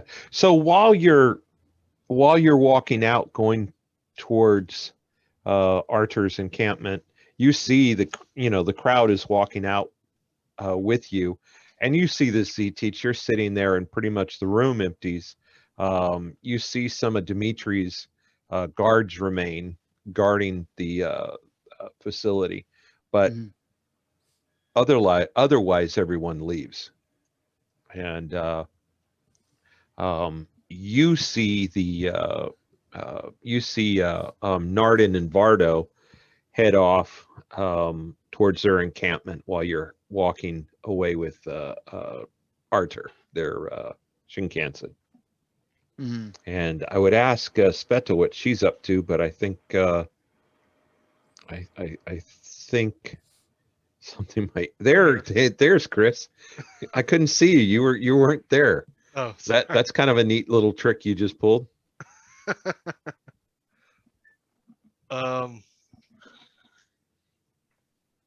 So sorry, Mark is going back inside to. Well, Mark was talking to Arthur. Yeah. Z-Teach was sitting there watching the room still, and you were doing what?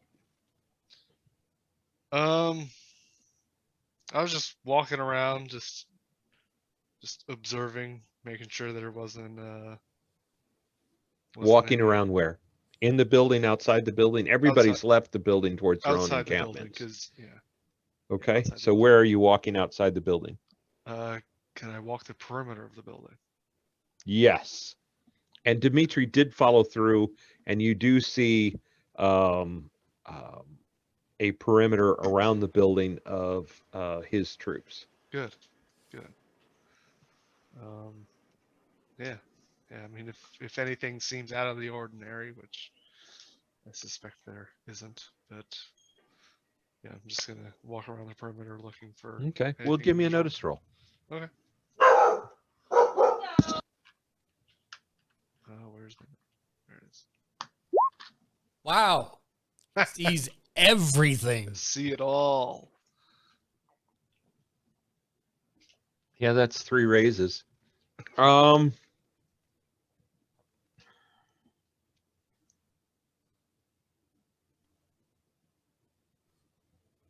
John has to figure out how you see the sniper that's hidden on the top of the building that has no sight lines to him.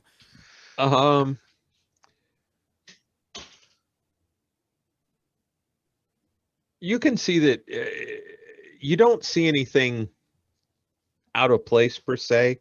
You do see that Dimitri's men have some real concern.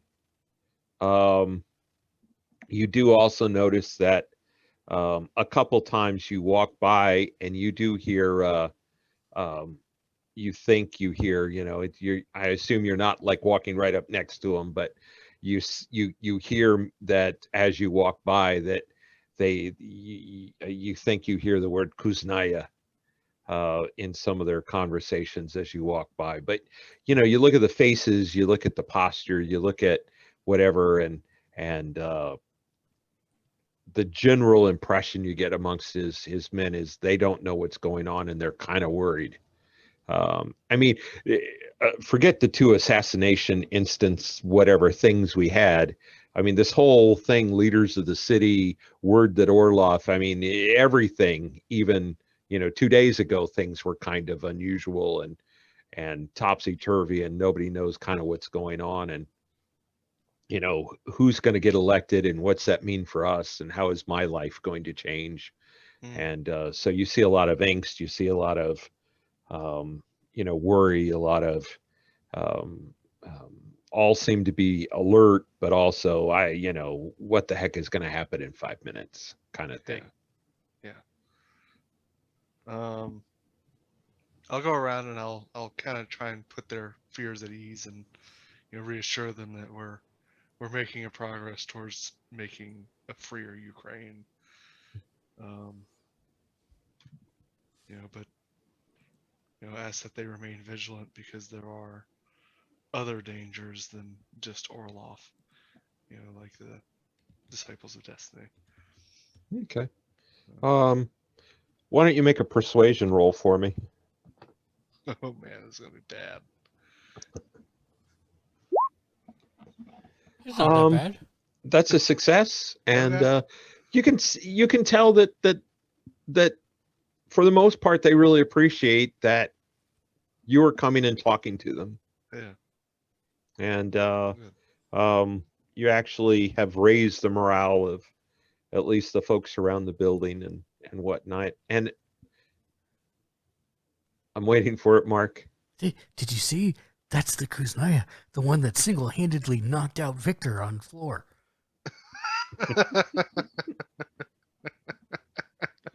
Yeah. About the time you get on the other side of the building, you make your loop. You see Orist and Archer walking back towards the building. Okay, and I'll go and rejoin with them. I look to see if she's any taller. Nope, looks to Okay. be about the same height. All right, just checking. So Archer's splitting off to his camp, and I'll go in and see if I can find ZT to where we left him. Okay, he's sitting right there. Hasn't really. It doesn't seem to have moved at all.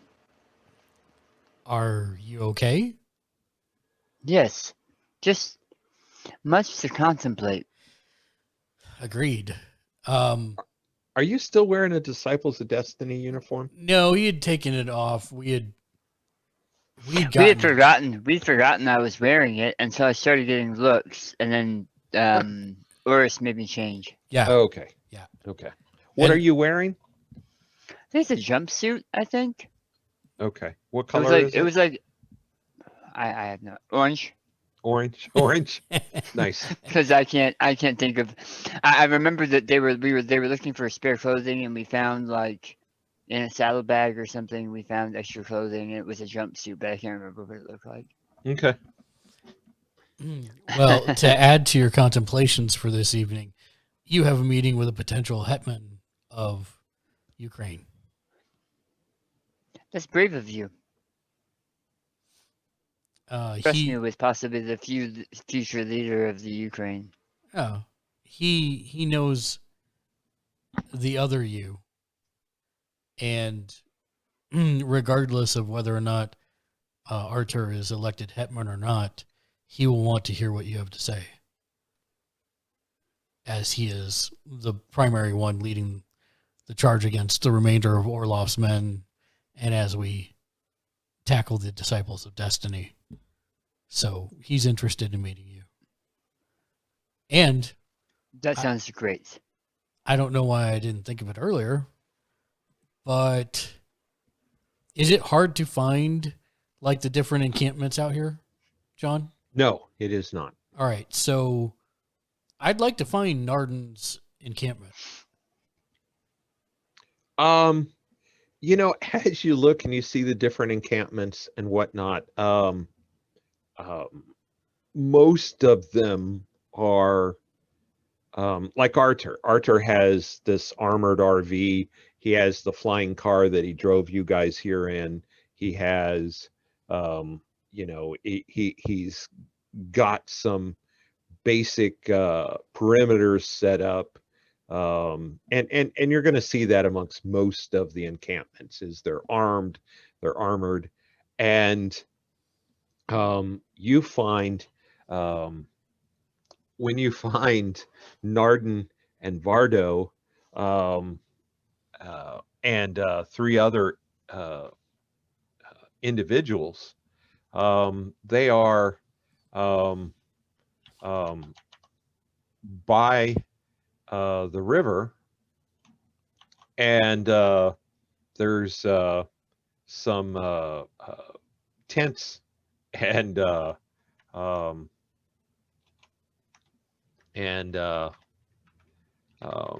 there's some tents and like I said, the three warriors. and a campfire. That's what I couldn't get that word out of my brain. Campfires. And so completely, you see nothing modern, nothing um, um, among these people. But are you going to walk over to them? Yes. As you start, you're noticed, and And Vardo smiles and um, motions you over. I will offer to clasp hands and greetings. See if he returns it. Or not. Vardo, he returns that. And, I will ask, do your people have a way of, or preferred way of greeting? He says this will work. I am visiting with Arthur this evening, and I realized that I do not know very much about your people other than our brief conversation earlier today. I do not want to be presumptuous, but are the people from your village interested in helping free the lands of the remainder of Orloff's men and fight to free Ukraine?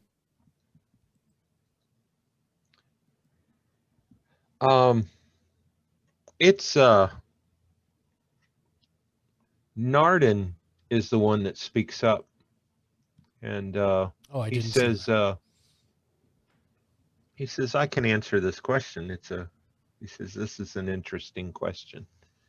He says, I want to also introduce to you, and I'll put it in the chat. He says, this is Silny.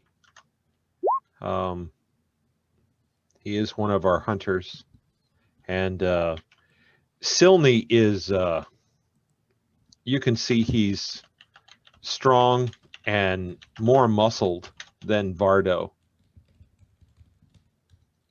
but otherwise looks very similar.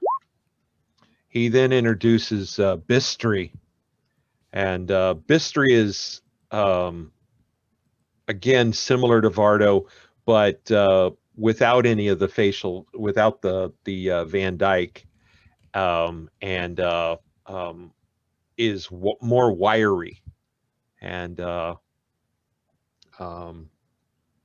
then last he introduces Mudry, and Mudry is old. He's got gray hair, just like Narden does, and but seems by outfit and stance and whatnot, seems to also kind of, and is introduced as, and this is my other hunter, Mudry. He is one of our hunters, and he is a sage. But you can tell he's somebody with some age.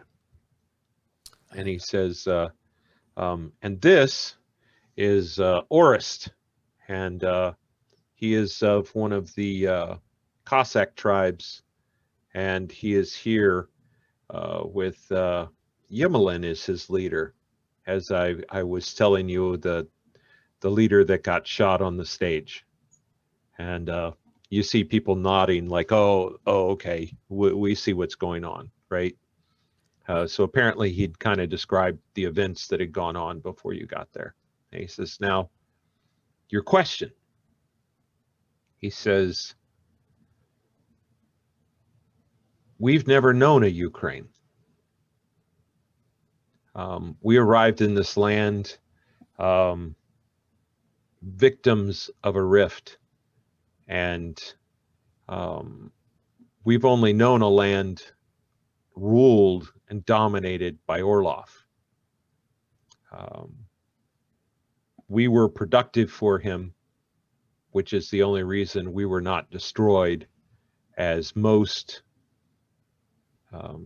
dimensional beings, as we are called, were murdered by his men. The xenophobia was the rule of the land. We are neither Ukrainian or even human. Will we help you fight?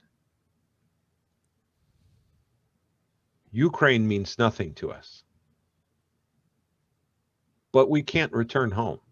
This is our home. And where we come from a place where we are free to be ourselves. And we do not want to return to Orlov or anything like Orlov. If we can help, if we can be a part of the process of preventing another Orlov and living in a free land, whatever it is called, yes, we will be a part of that. Would you be willing to join myself and I introduce, by the way, Sveta and Ztich,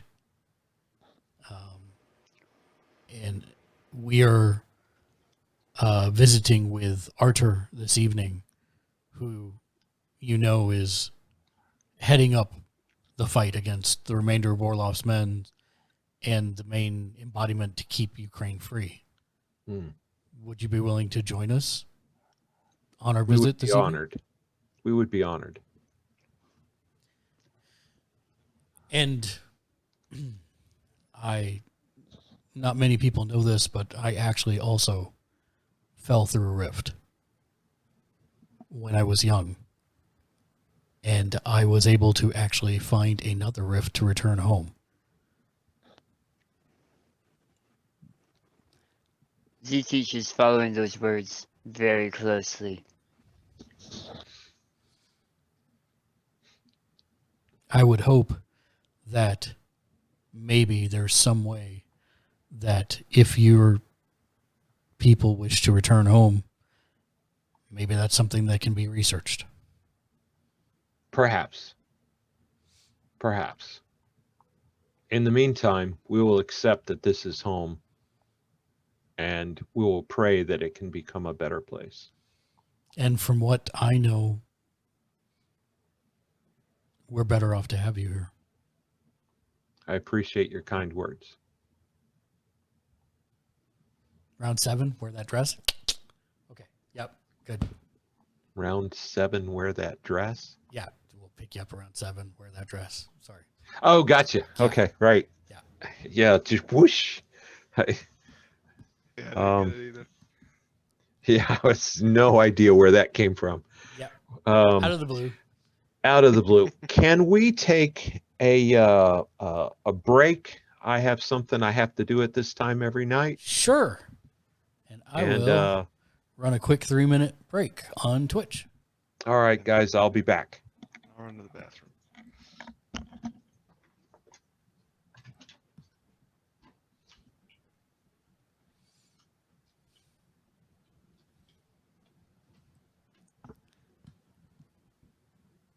So, Daniel. Yes, sir. You know, when it rains, it pours. Yeah. Yeah, so that also affects my Epic creator code. Oh, no. Yeah, all of it. So I did hear back from them today, and it didn't sound...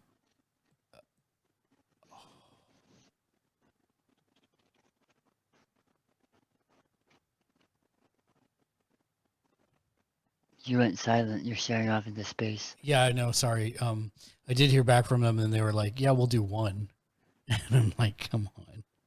This was not intentional. We'll do one what? They retracted it for one of them. Ugh. But, that's not...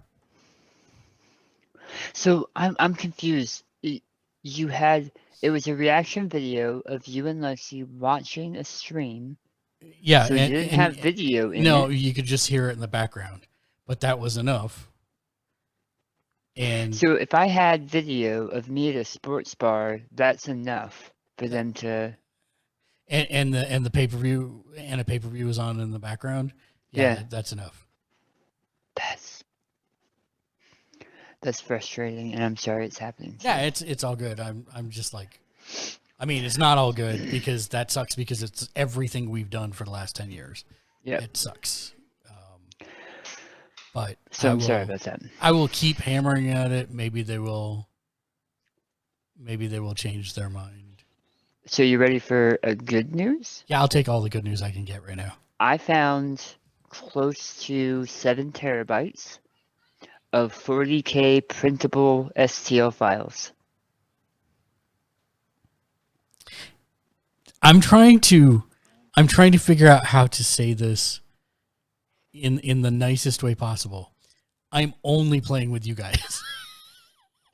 No, I know. I'm saying so that if you have and you already have probably the Necrons you're going to use, but if there's more Necrons that you that you're like, oh, I really want to try this model. Did you have that one? It's the only one we didn't talk about. It starts with the L. It's the No. Oh, you don't No, have I have Immortals and the other thing that Immortals turn into dead marks, I think. Yeah, dead marks. Dead mark. Yeah. I have those and Immortals and a handful of like 10 warriors and 4 flesh reapers or whatever. Yep. Well, there should be And- enough flesh reapers in the box. Yeah. I think it So- has some. I want to make sure you and I are on the same page. Yeah. I am tearing apart the sprues. Yes. I am cleaning up the sculpts and scraping off the mold lines. I am gluing them together. Yes. And then I am putting everything back in the box with foam around it and sending it to you. Well, okay. So, like I said, if you want to keep the Space Marines for yourself as payment or sell them or whatever you want to do, have at. I'm not interested in that at all. And I don't even, I mean, it's like 10 of the melee units, right? What? In Space that, Marines? no, in that box for the Necrons. Oh, I have no idea. I haven't looked through them yet. I'm pretty sure it's just the commander and 10 melee units. I think that's all that's in that box for the Necrons. I thought it was maybe the box says. Because that's why I was looking at having to buy the other box to get the death marks and the immortals. Oh. Box contains. I think it's a chronomancer and like 10 flayed ones or something like that. Oh. Huh. A Necron Chronomancer and 5 Necron flayed ones. Yeah, so I only need Well, shoot. the chronomancer because eventually I do want to use that if we start using commanders. I want the Right, when we use commanders. Right. The chronomancer and 2 of the flayed ones. I mean, the point total is not going to change, right? It's always going to be 125. No, when it goes to commanders, it'll be 200, but your commander is worth a lot more points. Your Right. commander might be 130 points. Oh, wow. Okay. Yeah. But yeah, some of the commanders, like for the Tyranids, one of my commanders is like 130 points. And so if I ran that one, it really limits the amount of everything else I can have. So to my point is I just need 2 of the flayed ones and the chronomancer. The rest of the box, if you want to keep it, sell it, whatever, I feel like I owe you that for putting them together for me because I hate putting them together.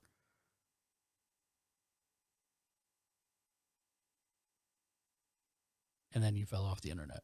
So the reason I would be sending back the terrain and the map and the rules is because Well, you're playing Necrons and this rulebook has the upgraded rules for Necrons. And I would be sending you back the map because it gives you a map to play if you and Anthony get to play together. I'm sorry. At some point. Yes, I would like those things, but I meant as far as all the figures go. You can Well, have them, okay. sell them, whatever you want to do. Well, I'm gonna be putting the Necrons together and sending them to you anyway. Because if down the road you decide that you want to use them, I'd rather you have them. Okay. And it's only 5 more. I'm gonna be sending all of the Necrons to you, so all of my Necrons, and you'll be borrowing the ones I'm sending you. Right. But I wanted to make sure I wasn't holding on to the terrain and painting the terrain, and holding on to the other stuff and painting the other. No, stuff. I'll paint everything if you can put it Okay. together and send it. Yeah. So I know the sprues frustrate you. So I'll put together everything and clean it up, and then I'll put it back in the box and then ship it to you. And I'll hold on to the Space Marines. I have 105 Space Marines, I'm so I sorry. don't need more. Well, But I think these are the Space Marines I don't have yet. oh, good. Because Is they're that a little all? bit bigger. Yeah. Well, I mean, I am jealous of your collection, definitely, John. You've got a whole bunch. But this box has a lot of stuff in it, and it is a kill team box that will give you a game to play if you get the chance. And if you could get the chance, you could read through the rule book and play against yourself. I do that here on my side table Yeah, you do. to get practice. Yeah, I do. So it's up to you. But if you don't have them, I mean, I'd rather give them to you and as some kind of partial payment for being so nice and putting my stuff together. Because I'm not joking. I finally explained it to Lexi because she wanted to buy that one figure, and I'm like, no, you don't understand. These aren't put together. They're all like millions of pieces for customization. And she's all like, oh, well, then I'm not going to buy it. I'm like, well, I can ask Daniel if he'll do it for you, but you shouldn't assume. And she was like, okay. Of course, I will put it together for her. Of course, I will. I know, you're very I'll nice. even paint it for her if she wants it painted. No, she wants me to paint it. Okay. But then I was explaining to her I wouldn't have bought the Stagecoach if I'd have known that off the bat. That made me laugh so hard. I really appreciate that laughter because I think the box is smaller than the coach is. It is, but you don't really think about it in that way, right? Like I thought it was snapped together or something. I didn't think it was. I mean, most of the models I've ever made are snapped together. So I wasn't thinking about the fact that it would be in 1,000 million little pieces that you'd actually have to glue together. What did you buy? Hold on. Show 'em. It's a neat model.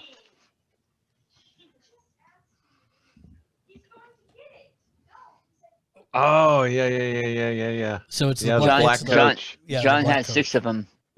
No, I'm not big on Age of Sigmar. Sorry. So he only has 3. So all of my Warhammer Fantasy or Age of Sigmar models are all Skaven. Mm-hmm. Yeah, Mark got that, but I guess you were thinking it was snapped together, and I didn't think about it wasn't snapped together because I had thought that he knew. That is what Lexi picked up.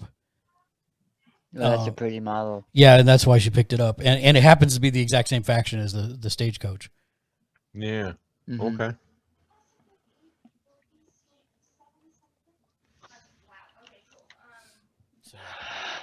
Also, Hocus Pocus 2 is coming to Disney Plus in 2022 with the original cast. Yep.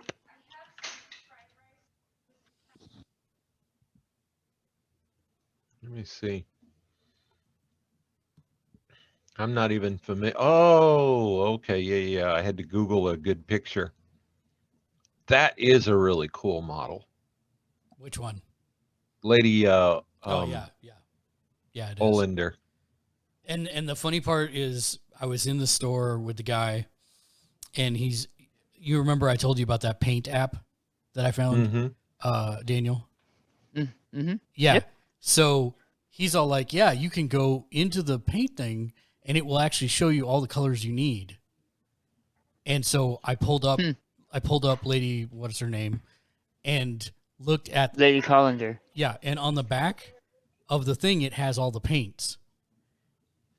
70% of the paints that were on the back of the box were not on the thing on the app. That's funny. It was pretty Nice. funny, actually. I still ended I'm up. back. Oh, welcome back. I still ended up buying like 8 or 10 paints just to start her. It happens. I know. Did you get good primer? So I did not.